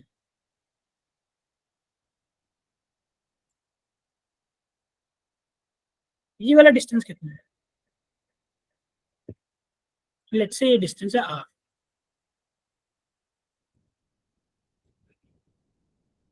ठीक बोल रहे हो चंदना चंदना, पर हम इसको आर मान के चलते हैं क्योंकि हम एक जनरल फॉर्म लेके चलते हैं ना, सेंटर से जो भी डिस्टेंस होता है उसको आर मान लेते हैं। और ये आर किसके बराबर है, कैपिटल आर माइनस, तो ये बनेगा जी एम बाई आर स्क्वायर। अब मेरा काम है इस एम डैश को निकालना, सारा का सारा टास्क क्या है, एम डैश को निकालना है। एम डैश कितना, सिंपल सी बात है यार, अगर 4/3 पाई आर क्यूब इतने वॉल्यूम पे मास है कैपिटल एम, एक यूनिट वॉल्यूम पे कितना मास होगा, m/4/3 पाई आर क्यूब, और 4/3 पाई आर क्यूब इतने वॉल्यूम पे कितना मास होगा, simply m divide by 4/3 pi capital R cube multiply by 4/3 pi small R cube. इससे ये कट जाएगा, तो मेरा जो m डैश बनेगा, that m dash will be equal to capital M R cube divide by capital R cube. ये मेरा m dash, मतलब इतना मास प्रेजेंट है जो वो रेड सर्कल मैंने बनाया उसके अंदर। बस अब कुछ नहीं करना, इस m डैश की वैल्यू अगर हम सब्स्टिट्यूट कर दें, इस m डैश की वैल्यू सब्स्टिट्यूट कर दें, तो ये बनेगा g times capital M multiply by R cube divide by R square, है ना, और यहाँ मल्टीप्लाई बाय आर क्यूब। तो मेरा g एट डेप्थ d क्या बनेगा, इस आर स्क्वायर से यहाँ एक आर कट जाएगा, तो मेरा ये क्या बनेगा, g times total mass r divide by R cube. इस चीज को मैं नेक्स्ट शीट पे लिख रहा हूँ, जरा ध्यान से देखना, क्योंकि हम एक ऐसी शक्ल में कन्वर्ट करेंगे जो हमारी यूजफुल सिचुएशन है। तो मेरा g एट डेप्थ d क्या बनेगा, gm r divide by r। अगर आपको याद हो, मैंने बोला था gm की वैल्यू क्या होती है, g at surface multiply by r square. तो इस gm की वैल्यू यहाँ पुट करो, g at depth d is equal to g at surface multiply by r square, r divide by r। इसको काटा पीटी करेंगे तो क्या बन जाएगा, g at depth d is equal to g at surface r divide by r। ये हमारा एक फॉर्मूला। पर इस r को तो हम ऐसे लिख सकते हैं, कैपिटल R माइनस डी। तो g एट डेप्थ क्या बना, g at surface capital R minus d divide by r। तो फॉर्मूला बन जाएगा g at surface 1 minus d by r। एक ये फॉर्मूला इंपॉर्टेंट है और एक ये वाला। अगर पूछ ले सेंटर से r डिस्टेंस पे कितनी एक्सेलरेशन ड्यू टू ग्रेविटी है, तब ये लगा लोगे। अगर पूछे सरफेस से d डिस्टेंस पे कितनी एक्सेलरेशन ड्यू टू ग्रेविटी है, तो ये वाला। ये अगर पूछे सेंटर से डिस्टेंस r, सेंटर से अगर r डिस्टेंस पर पूछ ले, और ये पूछ ले अगर सरफेस से d डिस्टेंस पे, सरफेस से d डिस्टेंस पे। इसको समराइज कर लेते हैं नेक्स्ट स्लाइड में, डायग्राम अच्छा सा बना के। ये मान लो सरफेस अर्थ कोई भी प्लेनेट है,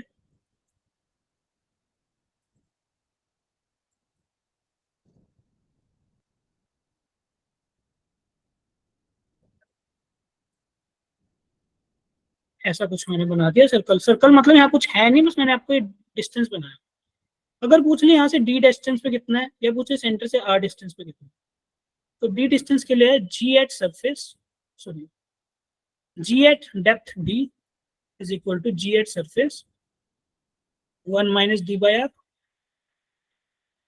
और g from the centre at a distance r is equal to g at surface small r by capital R।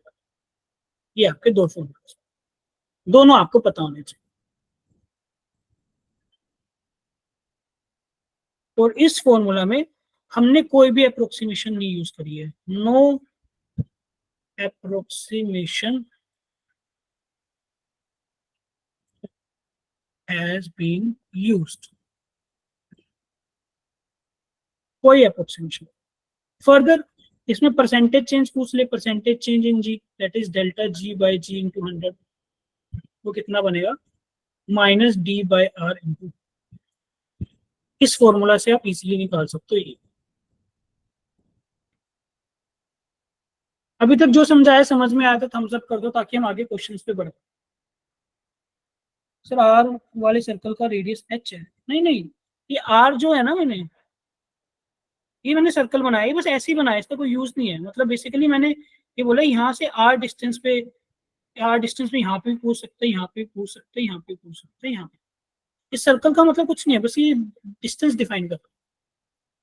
अगर सरफेस से डी डिस्टेंस नीचे आ गए तो ये फॉर्मूला लगाना है, सेंटर से आर डिस्टेंस ऊपर आ गए तो ये डिस्टेंस, मतलब सेंटर से पूछे तो ये वाला लगाना है, सरफेस से पूछे तो ये लगाना है। अगर बताओ समझ में आ गया तो थम्स अप कर दो ताकि हम आगे बढ़ पाए क्वेश्चन की तरफ।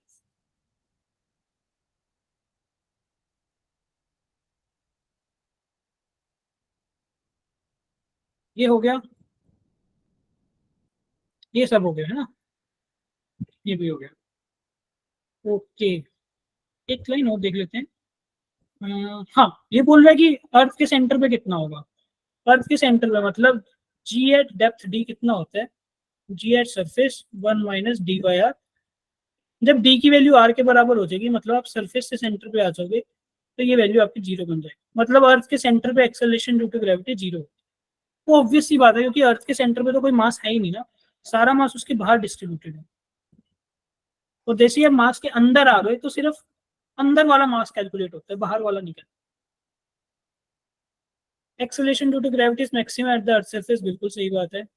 It decreases either go at altitudes or go below the surface, बिल्कुल सही बात है। क्योंकि जी एट एच क्या होता है, जी एट सरफेस 1 - 2h/r। जैसे जैसे आप हाइट पे जाओगे तब भी जी घट रही है, और डेप्थ पे जाओगे जी एट सरफेस 1 - d/r, तब भी आपकी जी घट रही है। तो सबसे मैक्सिमम वैल्यू क्या होती है, सरफेस के ऊपर। Variation of acceleration to gravity with the centre distance r from the centre. देखो ये फॉर्मूला बताया था, g s is equal to g at r distance from the centre is equal to g surface r by capital R। ये constant है, ये constant है।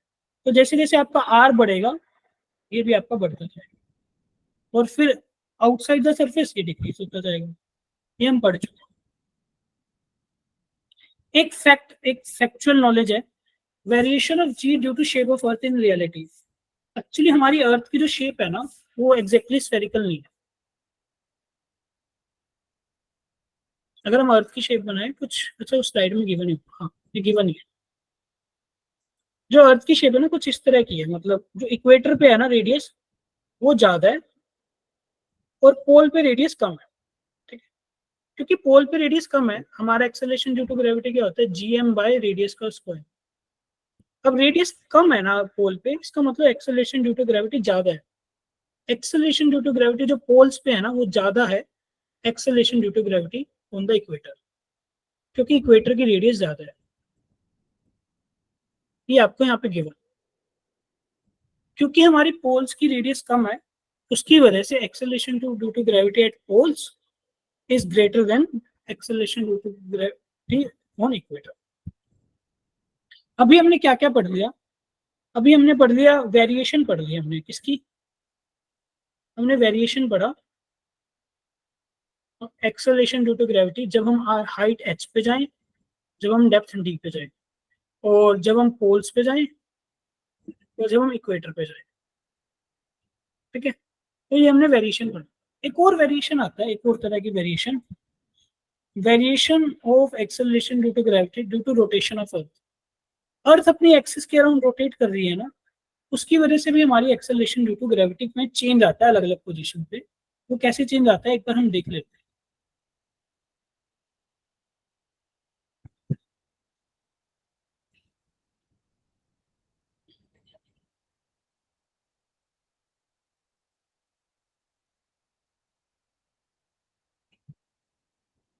Let's say हमारी अर्थ है, ठीक है, फॉर द सिंप्लिसिटी हम इसकी शेप स्फेरिकल ले रहे हैं। तो हमारी जो अर्थ है ये इस एक्सिस के अबाउट रोटेट कर रही है, ये यहाँ रोटेशन कर रही है इस एक्सिस के। लेट्स से मेरा इक्वेटर है, इक्वेटोरियल एक्सिस, और ये हमारे पोल्स हैं। लेट्स, ये पोल की एक्सिस।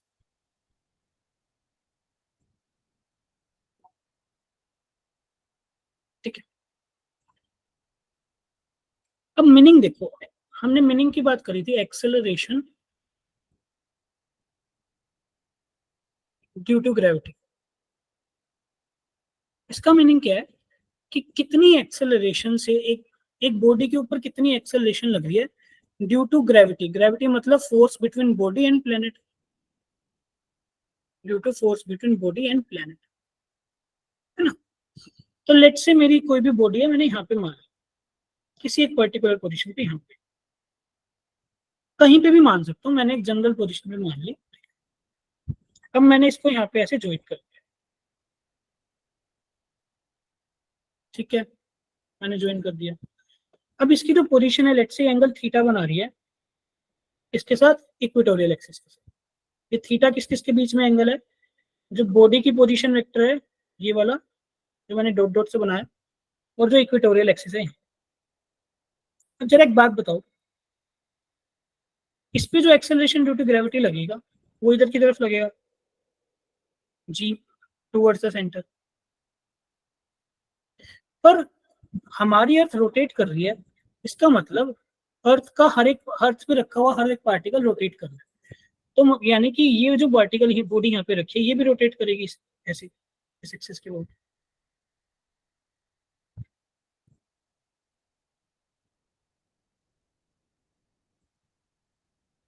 ये भी इस एक्सिस के बॉडी यहाँ रोटेट कर रही है। लेट्स से डिस्टेंस है आर, ये डिस्टेंस है कैपिटल, ठीक है। अब एक बात बताओ, अगर कोई भी बॉडी रोटेट कर रही होती है तो अगर मैं इसको यहाँ से ऑब्जर्व कर रहा हूँ तो इसके ऊपर एक सेंट्रीफ्यूगल फोर्स लगेगा। वो सेंट्रीफ्यूगल फोर्स लगेगा यहाँ पे, सेंट्रीफ्यूगल एक्सेलरेशन। एक्सेलरेशन कौन सी लगेगी, सेंट्रीफ्यूगल, क्योंकि मैं इसको एक एक्सेलरेटिंग फ्रेम से ऑब्जर्व कर रहा हूँ तो इसके ऊपर एक सेंट्रीफ्यूगल एक्सेलरेशन लगेगी। वो कितनी लगेगी, अगर ये ओमेगा स्पीड से घूम रहा है और ये डिस्टेंस है R from the axis of rotation, ये बनेगा ओमेगा स्क्वायर आर, ठीक है जी। अगर ये एंगल थीटा है तो फोर श्योर ये एंगल भी थीटा होगा।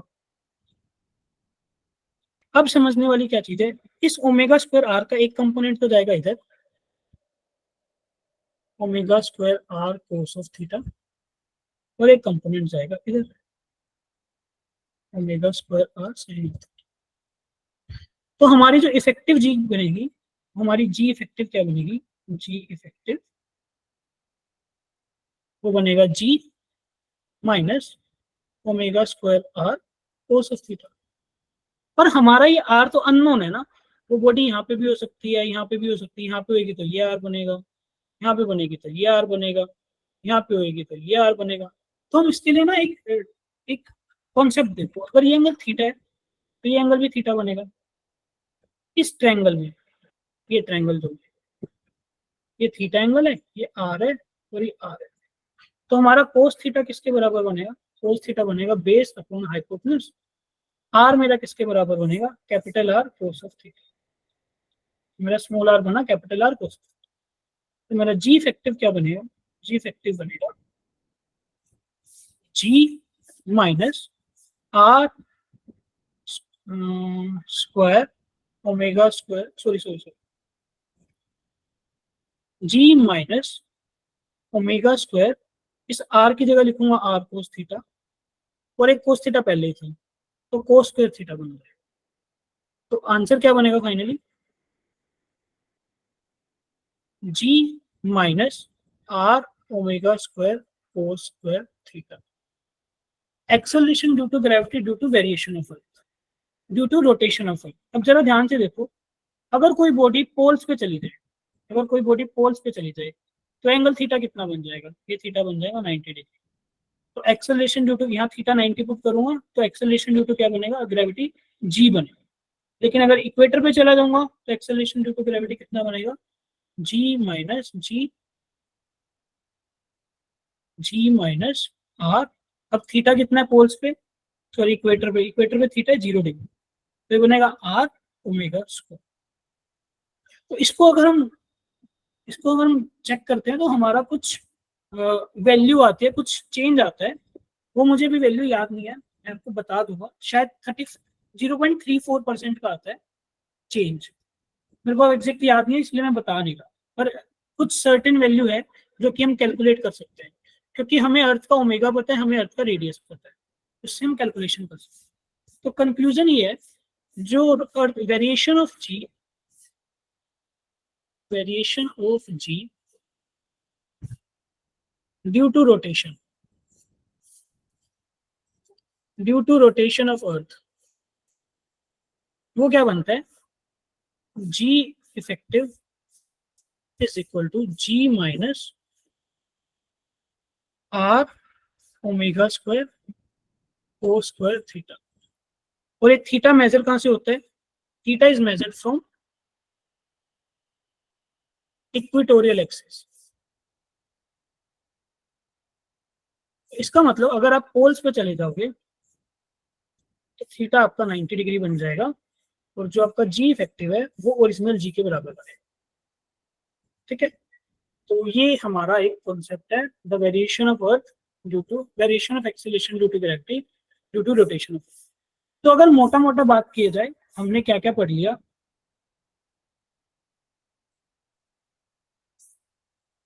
हमने सबसे पहले पढ़ा what is acceleration due to gravity, acceleration due to gravity, ये हमने पढ़ा। उसके बाद हमने इसकी वेरिएशंस पढ़ी, इसको जी बोल देते हैं। इसके बाद हमने इसकी वेरिएशंस पढ़ी, कहाँ कहाँ पे वेरिएशंस, ए जब आप किसी हाइट एच पे चले जाओ,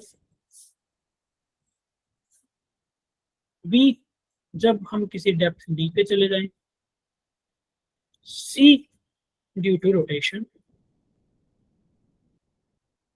और एक एडिशनल हमने पढ़ा कि पोल्स की रेडियस कम होती है, radius of poles is less than radius of equator. तो जो पोल्स पे जी होगी वो ज्यादा होगी एज कंपेयर टू इक्वेटर पे जो जी।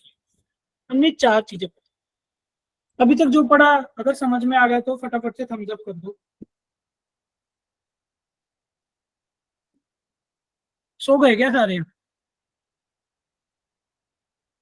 सर चंदन कुमार,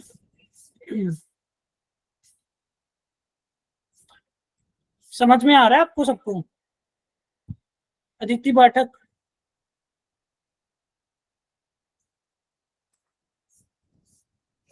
हाँ क्वेश्चन तो करा ही रहा हूँ। चलो क्वेश्चन देखते हैं। The acceleration due to gravity at a height of 1 kilometer above the earth is same as depth d below the surface of earth। बोल रहा है कि आप किसी हाइट पे चले गए, लेट्स से आप h हाइट पे चले गए, तो h हाइट पे क्या होता है, g surface 1 minus 2h by r। और लेट्स से आप किसी हाइट d पे चले गए, वहां पे एक्सेलरेशन ड्यू टू ग्रेविटी क्या होता है, 1 माइनस d बाय r। ऐसा बोल रहे हैं ये आपस में इक्वल है। कब इक्वल है, जब आपका हाइट जो है 1 किलोमीटर है। तो आपको डी की वैल्यू बतानी है, सिंपली इनको इक्वेट कर दो। तो मैं इनको इक्वेट करूंगा, g at s 1 minus 2h by r is equal to ji s 1 minus d by r। अब काटा पीटी करो, जीएस से जीएस को काट दो, 1 से 1 को काट दो, -1 से -1 को काट दो, r से r को काट दो। इसका मतलब 2h is equal to d. 2h h कितना है 1 किलोमीटर, डी की वैल्यू कितनी है 2 किलोमीटर। इसका मतलब सिंपल सी बात है, अगर आप कुछ x किलोमीटर ऊपर गए तो आपको 2x किलोमीटर नीचे जाना पड़ेगा, आपको सेम चेंज चाहिए। मतलब अर्थ के अंदर जाने के लिए आपको ज्यादा डिस्टेंस ट्रेवल करना पड़ेगा। ठीक है, मतलब अगर 1 किलोमीटर ऊपर गए तो 2 किलोमीटर नीचे जाना पड़ेगा। ठीक है, तब आपको, हालांकि ये स्मॉल वेरिएशंस के लिए है, ये फॉर्मूला मैंने तभी अप्लाई करा क्योंकि 1 किलोमीटर हाइट जो है 1 किलोमीटर है। अगर हाइट 1 किलोमीटर ना होता है तो मैं अप्लाई ना कर पाता, क्योंकि वेरिएशन काफी स्मॉल है। नेक्स्ट हम आगे बढ़ते हैं। At what altitude h above the Earth's surface would the acceleration due to gravity would be 1/4 of its original value? देखो हाइट h का पूछा है, तो हाइट h के दो फॉर्मूला है, एक तो ओरिजिनल फॉर्मूला है gs divide by r upon r plus h का होल स्क्वायर, एक तो ये फॉर्मूला, एक अप्रोक्सीमेटेड फॉर्मूला है gs 1 minus 2h by are.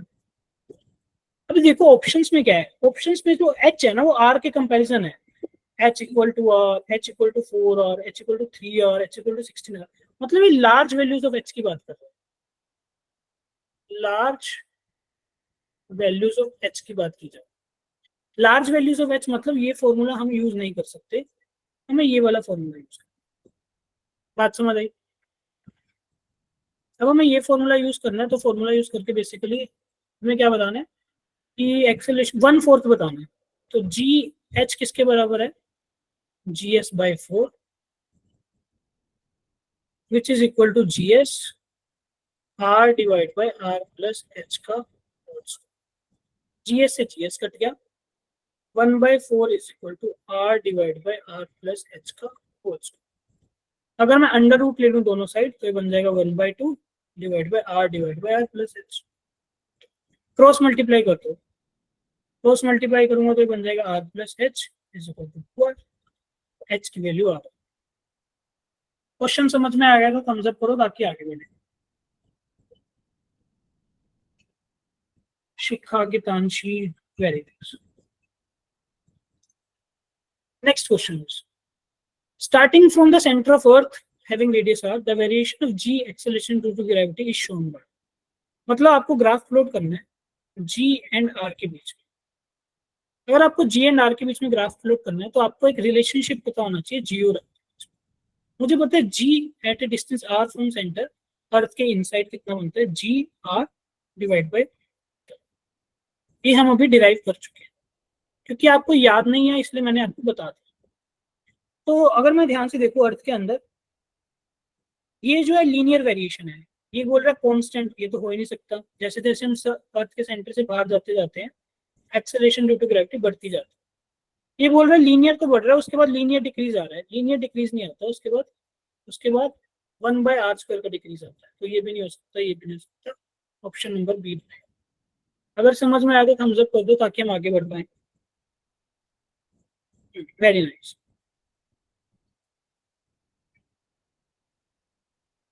At what height the acceleration due to gravity decreases by 36% of its value on the surface? हमें 36% मतलब large decrease की बात कर रहे हैं। इसका मतलब delta g by g is equal to 36/100। हमें पता है जी एट सरफेस क्या, जी एट हाइट एच क्या होता है, g at surface divide by r upon r plus h का।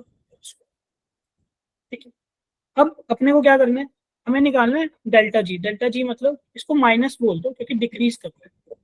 तो मैं बोल सकता हूँ g at height h minus g at surface divide by g at surface, ये फ्रैक्शनल चेंज आ जाए और वो किसके बराबर है, -36/100। तो इसको मैं लिख सकता हूँ g at surface r divide by are plus h का whole square minus g at s divide by g at s. G s cancel, तो आंसर बन जाएगा आपका r divide by are plus h का whole square -1 is equal to -36/100। इसको solve कर लो, आपका answer solve हो जाएगा या नहीं, बताओ। क्वाड्रेटिक इक्वेशन बनेगी, ये आपको होमवर्क दे रहा हूँ। आंसर क्या है? आंसर तो मुझे भी नहीं पता, सोल्व करना पड़ेगा। आपका कितना है? दूसरे मेथड से कर जैसे पहले वाले से उससे एक्चुअली 36% का चेंज आ रहा है ना, ज्यादा चेंज आ रहा है। यस, इससे करके देखो कितना बनेगा, या तो 6% होता तो हो भी जाता, पर 36% तो ज्यादा चेंज आ रहा है। तो इसको करके देखना, होमवर्क है, ठीक है। नेक्स्ट टाइम आगे बढ़ो। At what height above the earth surface the value of g is same as at a depth of 100 kilometer? At what height above the earth surface, मतलब अर्थ के सरफेस से कितनी हाइट आप ऊपर जाओ कि आपका जो डेप्थ पे है वो सेम है। हमें पता है डेप्थ पे डबल जाना पड़ता है हमें, है ना। तो डेप्थ पे 100 जाना पड़ रहा है, तो हाइट पे कितना जाना पड़ेगा, 50 किलोमीटर। आंसर। नेक्स्ट करते हैं। Value of acceleration due to gravity at a height equal to radius of earth from the surface of earth. ये ऑलरेडी हम फर्स्ट क्वेश्चन कर चुके हैं। Value of acceleration at a height equal to, हाँ अब देखो आपसे पूछ रहे जी एट हाइट एच, आपसे पूछ रहे अब हाइट की वैल्यू कितनी है, height equal to radius of h. अभी सोल्व करके मुझे आंसर बताओ, फॉर्मूला क्या ये लगेगा, g s divide multiply by R plus h का होल स्क्वायर। ये फॉर्मूला यूज करो, एच की वैल्यू आर पुट करो, आंसर बताओ मुझे।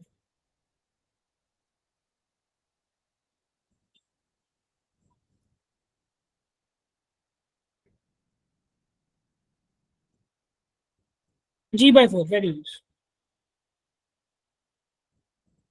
क्वार्टर हो जाएगा जी बाय 4। ठीक है, ये भी अपना हो जाएगा। Next is percentage decrease in the acceleration due to gravity when a body is taken from the surface of Earth to a height of 64 kilometre from the surface। 64 kilometre है ना, तो आप इसको अप्लाई कर सकते हो, g h is equal to ji s 1 minus 2h/r। ये वाला हमारा वैलिड है, और अगर ये वाला वैलिड था तो परसेंटेज चेंज का फॉर्मूला क्या था, -2h/r। तो माइनस को क्योंकि डिक्रीज कर रहा है तो हम इग्नोर मैग्नीट्यूड की बात करते हैं, ठीक है। तो 2 को 2 लिख लिया, एच की वैल्यू है 64 किलोमीटर, रेडियस कितना है 6400 किलोमीटर, मल्टीप्लाई बाय 100। इससे ये कैंसिल हो जाएगा, इससे कैंसिल हो जाएगा, 2% आ रहा है, क्या आपका कितना आ रहा है सर बी चंदन? ऑप्शन ही आ रहा है, क्या? बी ऑप्शन ही आ रहा है 2%। हाँ वेरी नाइस, वही ऑप्शन। हाँ next is gravitational potential energy. जैसे हमारा इलेक्ट्रोस्टैटिक पोटेंशियल एनर्जी है, ऐसे ही हमारा ग्रेविटेशनल पोटेंशियल एनर्जी। सबसे पहली बात तो पोटेंशियल एनर्जी क्यों होता है, अगर आपने किसी ने क्लासेस अटेंड करी हो इलेक्ट्रोस्टैट्स वाली, उसमें मैंने पूरा एक लेक्चर लगाया था पोटेंशियल एनर्जी के बारे में, हमने बात की। पोटेंशियल एनर्जी क्यों आती है, अगर हमारे पास दो बॉडीज है,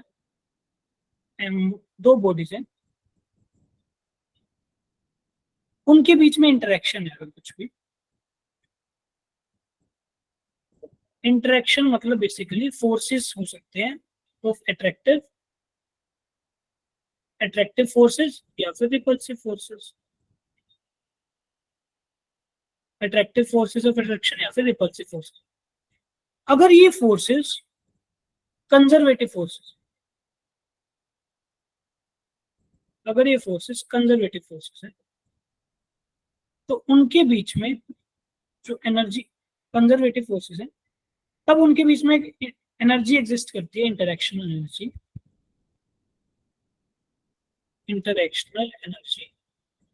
जिसे हम बोलते हैं पोटेंशियल एनर्जी। ये इसके बारे में हमने और भी अच्छे से और डिटेल में डिस्कस किया था। तो जैसे ग्रेविटेशनल इलेक्ट्रोस्टैटिक पोटेंशियल एनर्जी है दो चार्जेस के बीच में, ऐसी ग्रेविटेशनल पोटेंशियल एनर्जी है दो मासेस के बीच में, और कब एग्जिस्ट करती है, जब हमारे फोर्सेस कंजर्वेटिव हो नेचर।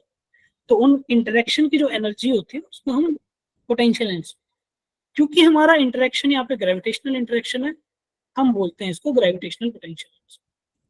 क्या वैल्यू होती है, लेट्स से अगर हमारे पास दो मासेस हैं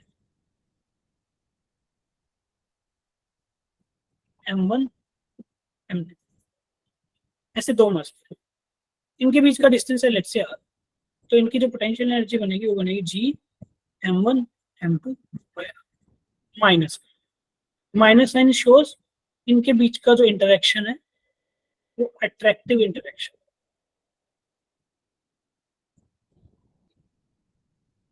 negative of electrostatic potential energy मतलब यहाँ तो इलेक्ट्रोस्टैटिक है ही नहीं कुछ भी, इलेक्ट्रोस्टैटिक की तो बात ही नहीं हो रहा है, तो सिर्फ ग्रेविटेशन की बात। सिमिलरली अगर हमारे पास एक से ज्यादा मासेस है, मान लो एक मास m1 है, एक मास m2 है, एक मास m3, अगर आपको इनकी पोटेंशियल एनर्जी निकालनी है, आप कैसे निकालोगे, लेट्स से इसको नाम दे दो 1, इसको दे दो 2, इसको दे दो 3। पहले 1 का 2 के साथ पेयर बनाओ, 1 का 3 के साथ पेयर बनाओ, अब 1 को भूल जाओ, ठीक है, अब 1 को भूल जाओ, अब 2 का बनाओ 3 के साथ, कोई और मास नहीं प्रेजेंट तो 2 को भूल जाओ। अब 3 तो अकेला है, 3 के साथ कोई पेयर नहीं, ठीक है। तो अगर आपको 2 से ज्यादा मासेस गिवन है तो जो नंबर ऑफ टर्म्स बनेंगी, number of potential energy terms, उसका फॉर्मूला क्या होता है, n into n minus 1/2। Let's say हमारे पास 2 मासेस हैं m1 और m2, तो यहाँ पे नंबर ऑफ टर्म्स कितनी बनेगी, 2 मल्टीप्लाई बाई 1 डिवाइड बाई 2, एक टर्म बनेगी। अब हमारे नंबर ऑफ मासेस 3 है तो कितनी टर्म्स बनेगी, 3 मल्टीप्लाई बाई 2 डिवाइड बाई 2, तो 3 टर्म्स। और आपसे गलती ना हो जाए, कोई टर्म छूट ना जाए, उसके लिए मैंने आपको एक तरीका बता दिया। सभी मासेस की नंबरिंग कर दो, जैसे इसकी नंबरिंग कर दी 1, इसकी कर दी 2, इसकी कर दी 3। 1 और 2 का पेयर बनाया, 1 और 3 का बनाया। अब 1 को भूल जाओ, अब 2 को पकड़ो, 2 का पेयर बनाओ 3 के साथ, और कोई मास नहीं है और कोई पेयर नहीं बनेगा। अब 2 को भूल जाओ, अब 3 तो अकेला है, 3 का कोई पेयर बनेगा नहीं। तो नंबर ऑफ टर्म्स ऐसे निकालना है, ठीक है। तो इसके बेसिस पे कुछ क्वेश्चंस कर लेते हैं, थोड़ा और अच्छे से समझ में आएगा।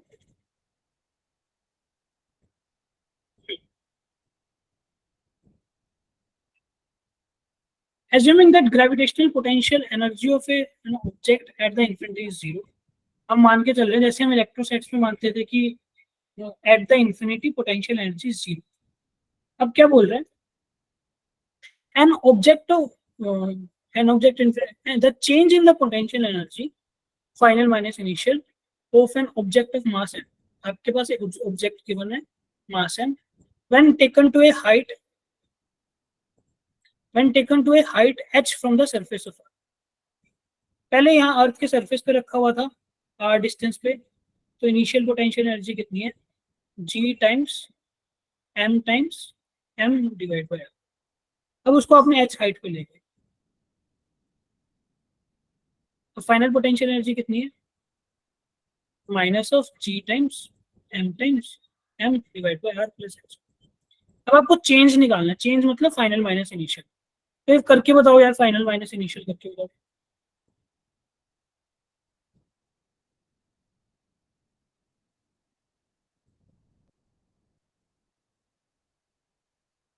ये करके बताओ कितना बन रहा है, किसी का आया, मैंने चैट अभी देखी नहीं, एक बार दोबारा बता दो किसी का अगर आंसर आ गया तो। चंदन बोल रहा है ऑप्शन से सी ऑप्शन। गीतांशी आपका क्या आ रहा है, आपने भी आंसर किया था शायद। यस चलो सर, एक बार gravity इसमें थोड़ी, सर यहाँ पे क्या हम क्या? इनिशियल रेडियस से लेंगे ना, सरफेस से। हाँ इनिशियल लिया ना, g/m/r, ये रेडियस r है। फाइनल कहाँ चला गया, h पे चला गया, तो फाइनल हो गया g/m divide by r plus h। तो फाइनल माइनस इनिशियल करना है, तो minus g/m divide by r plus h, minus minus minus plus हो जाएगा g/m डिवाइड बाय r। इसको सोल्व कर लो जरा,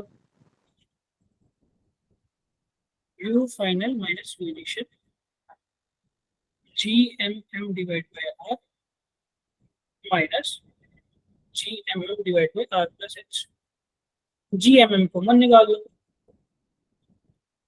एलसीएम आया r into r plus h, यहाँ बन जाएगा r plus h minus r से r cancel, g/m/h।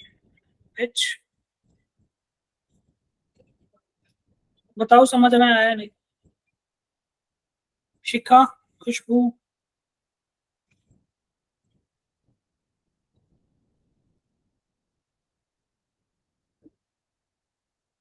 Next question is, infinite number of mass each of 2 kg are situated on the x-axis। मतलब कुछ ऐसा ही बना,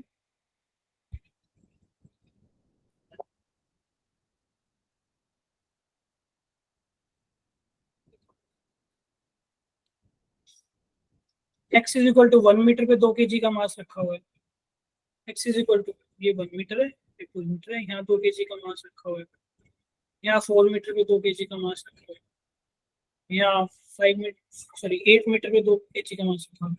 द रिजल्टेंट ग्रेविटेशनल पोटेंशियल, जैसे हमने gravitational potential electrostatic potential energy करा, वैसे gravitational potential energy. Electrostatic potential energy क्या होता है, kq/r। Similarly gravitational potential energy क्या होता है, gm/r माइनस। अब ऐसे ही x इज इक्वल टू 16 पे 2 kg का मास रखा हुआ है, x इज इक्वल टू 32 पे 2 kg का मास रखा, तो बोला ओरिजिन पे टोटल पोटेंशियल कितना होगा। चलो निकाल लेते हैं। ओरिजिन पे कितना, ओरिजिन पे इस मास की वजह से कितना होगा, माइनस जी, अभी m की जगह 2 kg ले लेते हैं, g m divide by 1 minus g m divide by 2 minus g m divide by 4 minus g m divide by 8 minus g m divide by 16। अब हम इसको ऐड तो कर नहीं सकते, हमें साफ साफ दिख रहा है एक सीरीज बन रही है। तो सीरीज कैसे बन रही है, माइनस जी एम कॉमन आ गया, ये बन जाएगा 1 plus 1/2 plus 1/4 plus 1/8 plus 1/16 plus 1/32। अब ये जीपी सीरीज बन गया जिसमें ए की वैल्यू कितनी है 1, कॉमन रेशियो कितनी है 1/2। तो सम ऑफ इनफाइनाइट जीपी सीरीज क्या होता है, ए डिवाइड बाई 1 माइनस। तो ए की वैल्यू है 1, 1 माइनस 1/2, तो ये कितना बन जाएगा 1 माइनस 1/2 बेसिकली 2 बन जाएगा, 1/2 बन जाएगा और वो ऊपर चला जाएगा, मतलब ये बन जाएगा 1 डिवाइड बाई 1/2, फिर 2 बन जाएगा। अब हमारा आंसर क्या बनेगा, minus g 2 kg multiply by 2, minus के 4g बन रहा है। क्या आपका भी ये आंसर आ रहा है, सी ऑप्शन। चंदन आपका डी आ रहा था क्या, डिवाइड कर दिया था सर, डी आ रहा था मेरा आ सर। रहा था, बी आ रहा था सर, अब समझ आ गया क्या क्या सर। मेरा बी ऑप्शन आ रहा था, मैंने वो मिस्टेक कर दी थी। कैसे बी कैसे आ रहा था, अभी ये जो मेरी कैलकुलेशन करी है समझ आया इसमें, यस सर। ठीक है। सम ऑफ इनफाइनाइट जीपी सीरीज मतलब कुछ गलती तो नहीं करी ना, मुझे ये जानना है। इसको डिवाइड बाय करूंगा तो 1/2 ही आएगा, a is 1, 1 minus 1/2 2 2, ठीक है 4 minus 4 जी। अब एक क्वेश्चन देखते हैं। A particle of mass m is situated at the center of a spherical shell of same mass and radius। एक पार्टिकल है जिसका मास m है, वो एक स्फेरिकल शेल जिसका सेम मास है उसके सेंटर पे सिचुएटेड है। मान लो ये मेरा स्फेरिकल शेल है जिसका टोटल मास है m, सेंटर पे एक और मास रखा है m, इसका रेडियस है। The gravitational potential at A point situated at a/2, तो बोल रहे हैं यहाँ से a/2 पॉइंट पे कितना ग्रेविटेशनल पोटेंशियल। ग्रेविटेशनल पोटेंशियल एक स्केलर क्वांटिटी है, किस किस के बाद होगा, total gravitational potential will be gravitational potential due to sphere plus gravitational potential due to mass m। अब हमें पता है जैसे इलेक्ट्रोस्टैटिक के केस में inside the hollow sphere shell potential जो है कांस्टेंट होता है, कितना होता है kq/r।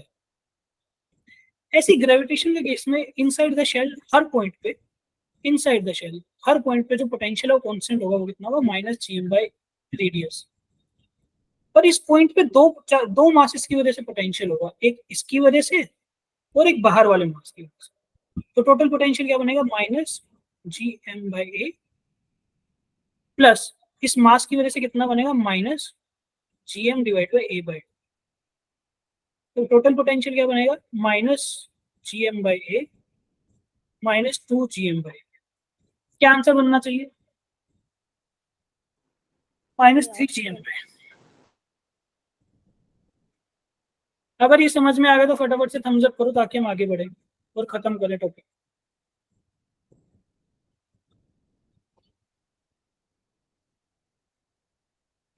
Three particles of masses m, 2m and 3m are placed at the corners of an equilateral triangle. Calculate the gravitational potential energy of the system. ऐसा मैं आपको इलेक्ट्रोस्टैट्स में भी करा चुका हूँ, पेयरिंग बनवा के, अगर आपको याद हो।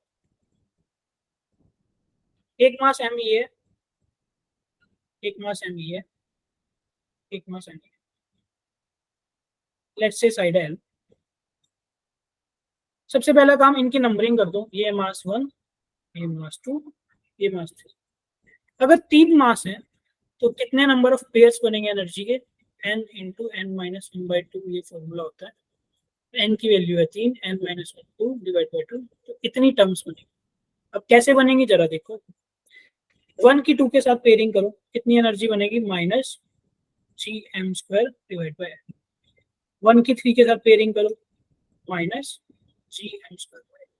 अब 1 को भूल जाओ, अब 2 को पकड़ो, 2 की पेयरिंग करो 3 के साथ, -gm²। अब और कोई मास तो है नहीं। सर मास दे रखे अलग से। अच्छा मास अलग अलग क्यों? Yes sir. चलो अभी अभी मैंने आपको सिंपल कराया है -3gm²/L। अब आप मेरे को अलग अलग मास से करके दिखाओ, M2 Mn 3 mm से मुझे आंसर दे। मैंने आपको प्रोसेस बता दिया, अब आप मुझे अलग अलग मास से सोल्व करके बताओ आंसर कितना अभी। मतलब अभी तो मैंने सेम मास कंसीडर करा था ना। सर 11 आ रही है सर, 11 Gm²/L। एक मास है M, माइनस में एक मास है 2N, एक मास है 3, साइड है L L L। कितना आंसर आ रहा है? -11। 11 Gm²/L। सिर्फ 2 ही बच्चों का आ रहा है, बाकी भी करो, मैं वेट कर रहा हूँ।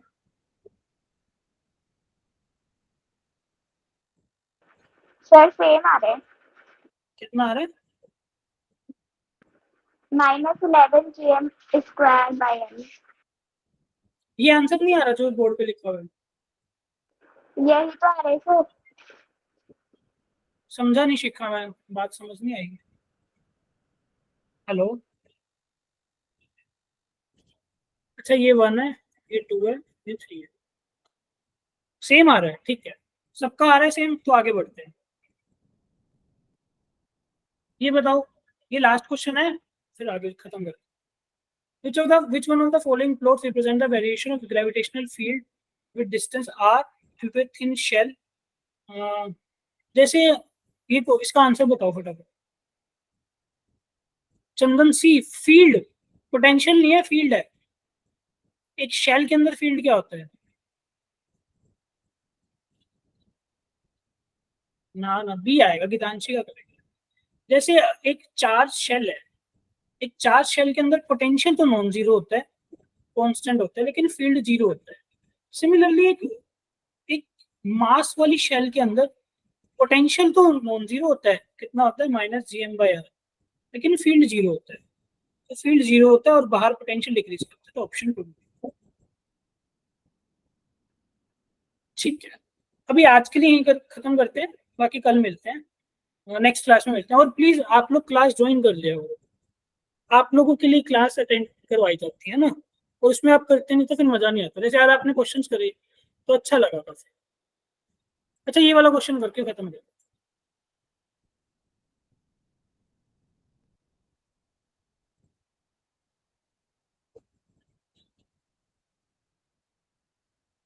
अर्थ के सरफेस पे, अर्थ के सरफेस पे एक मास है, उसकी पोटेंशियल एनर्जी कितनी है?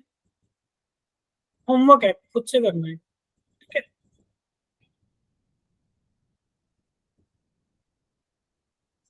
कर लोगे? कर रहा हूँ सर, क्या आ रहा है? कर रहा हूँ सर। ठीक है, चलो आज के लिए इतना करते हैं, बाकी फिर नेक्स्ट क्लास में मिलते हैं, ठीक है? सर कितने लेक्चर लगेंगे सर इसके? क्या? ग्रेविटेशनल के सर कितने लेक्चर लगेंगे?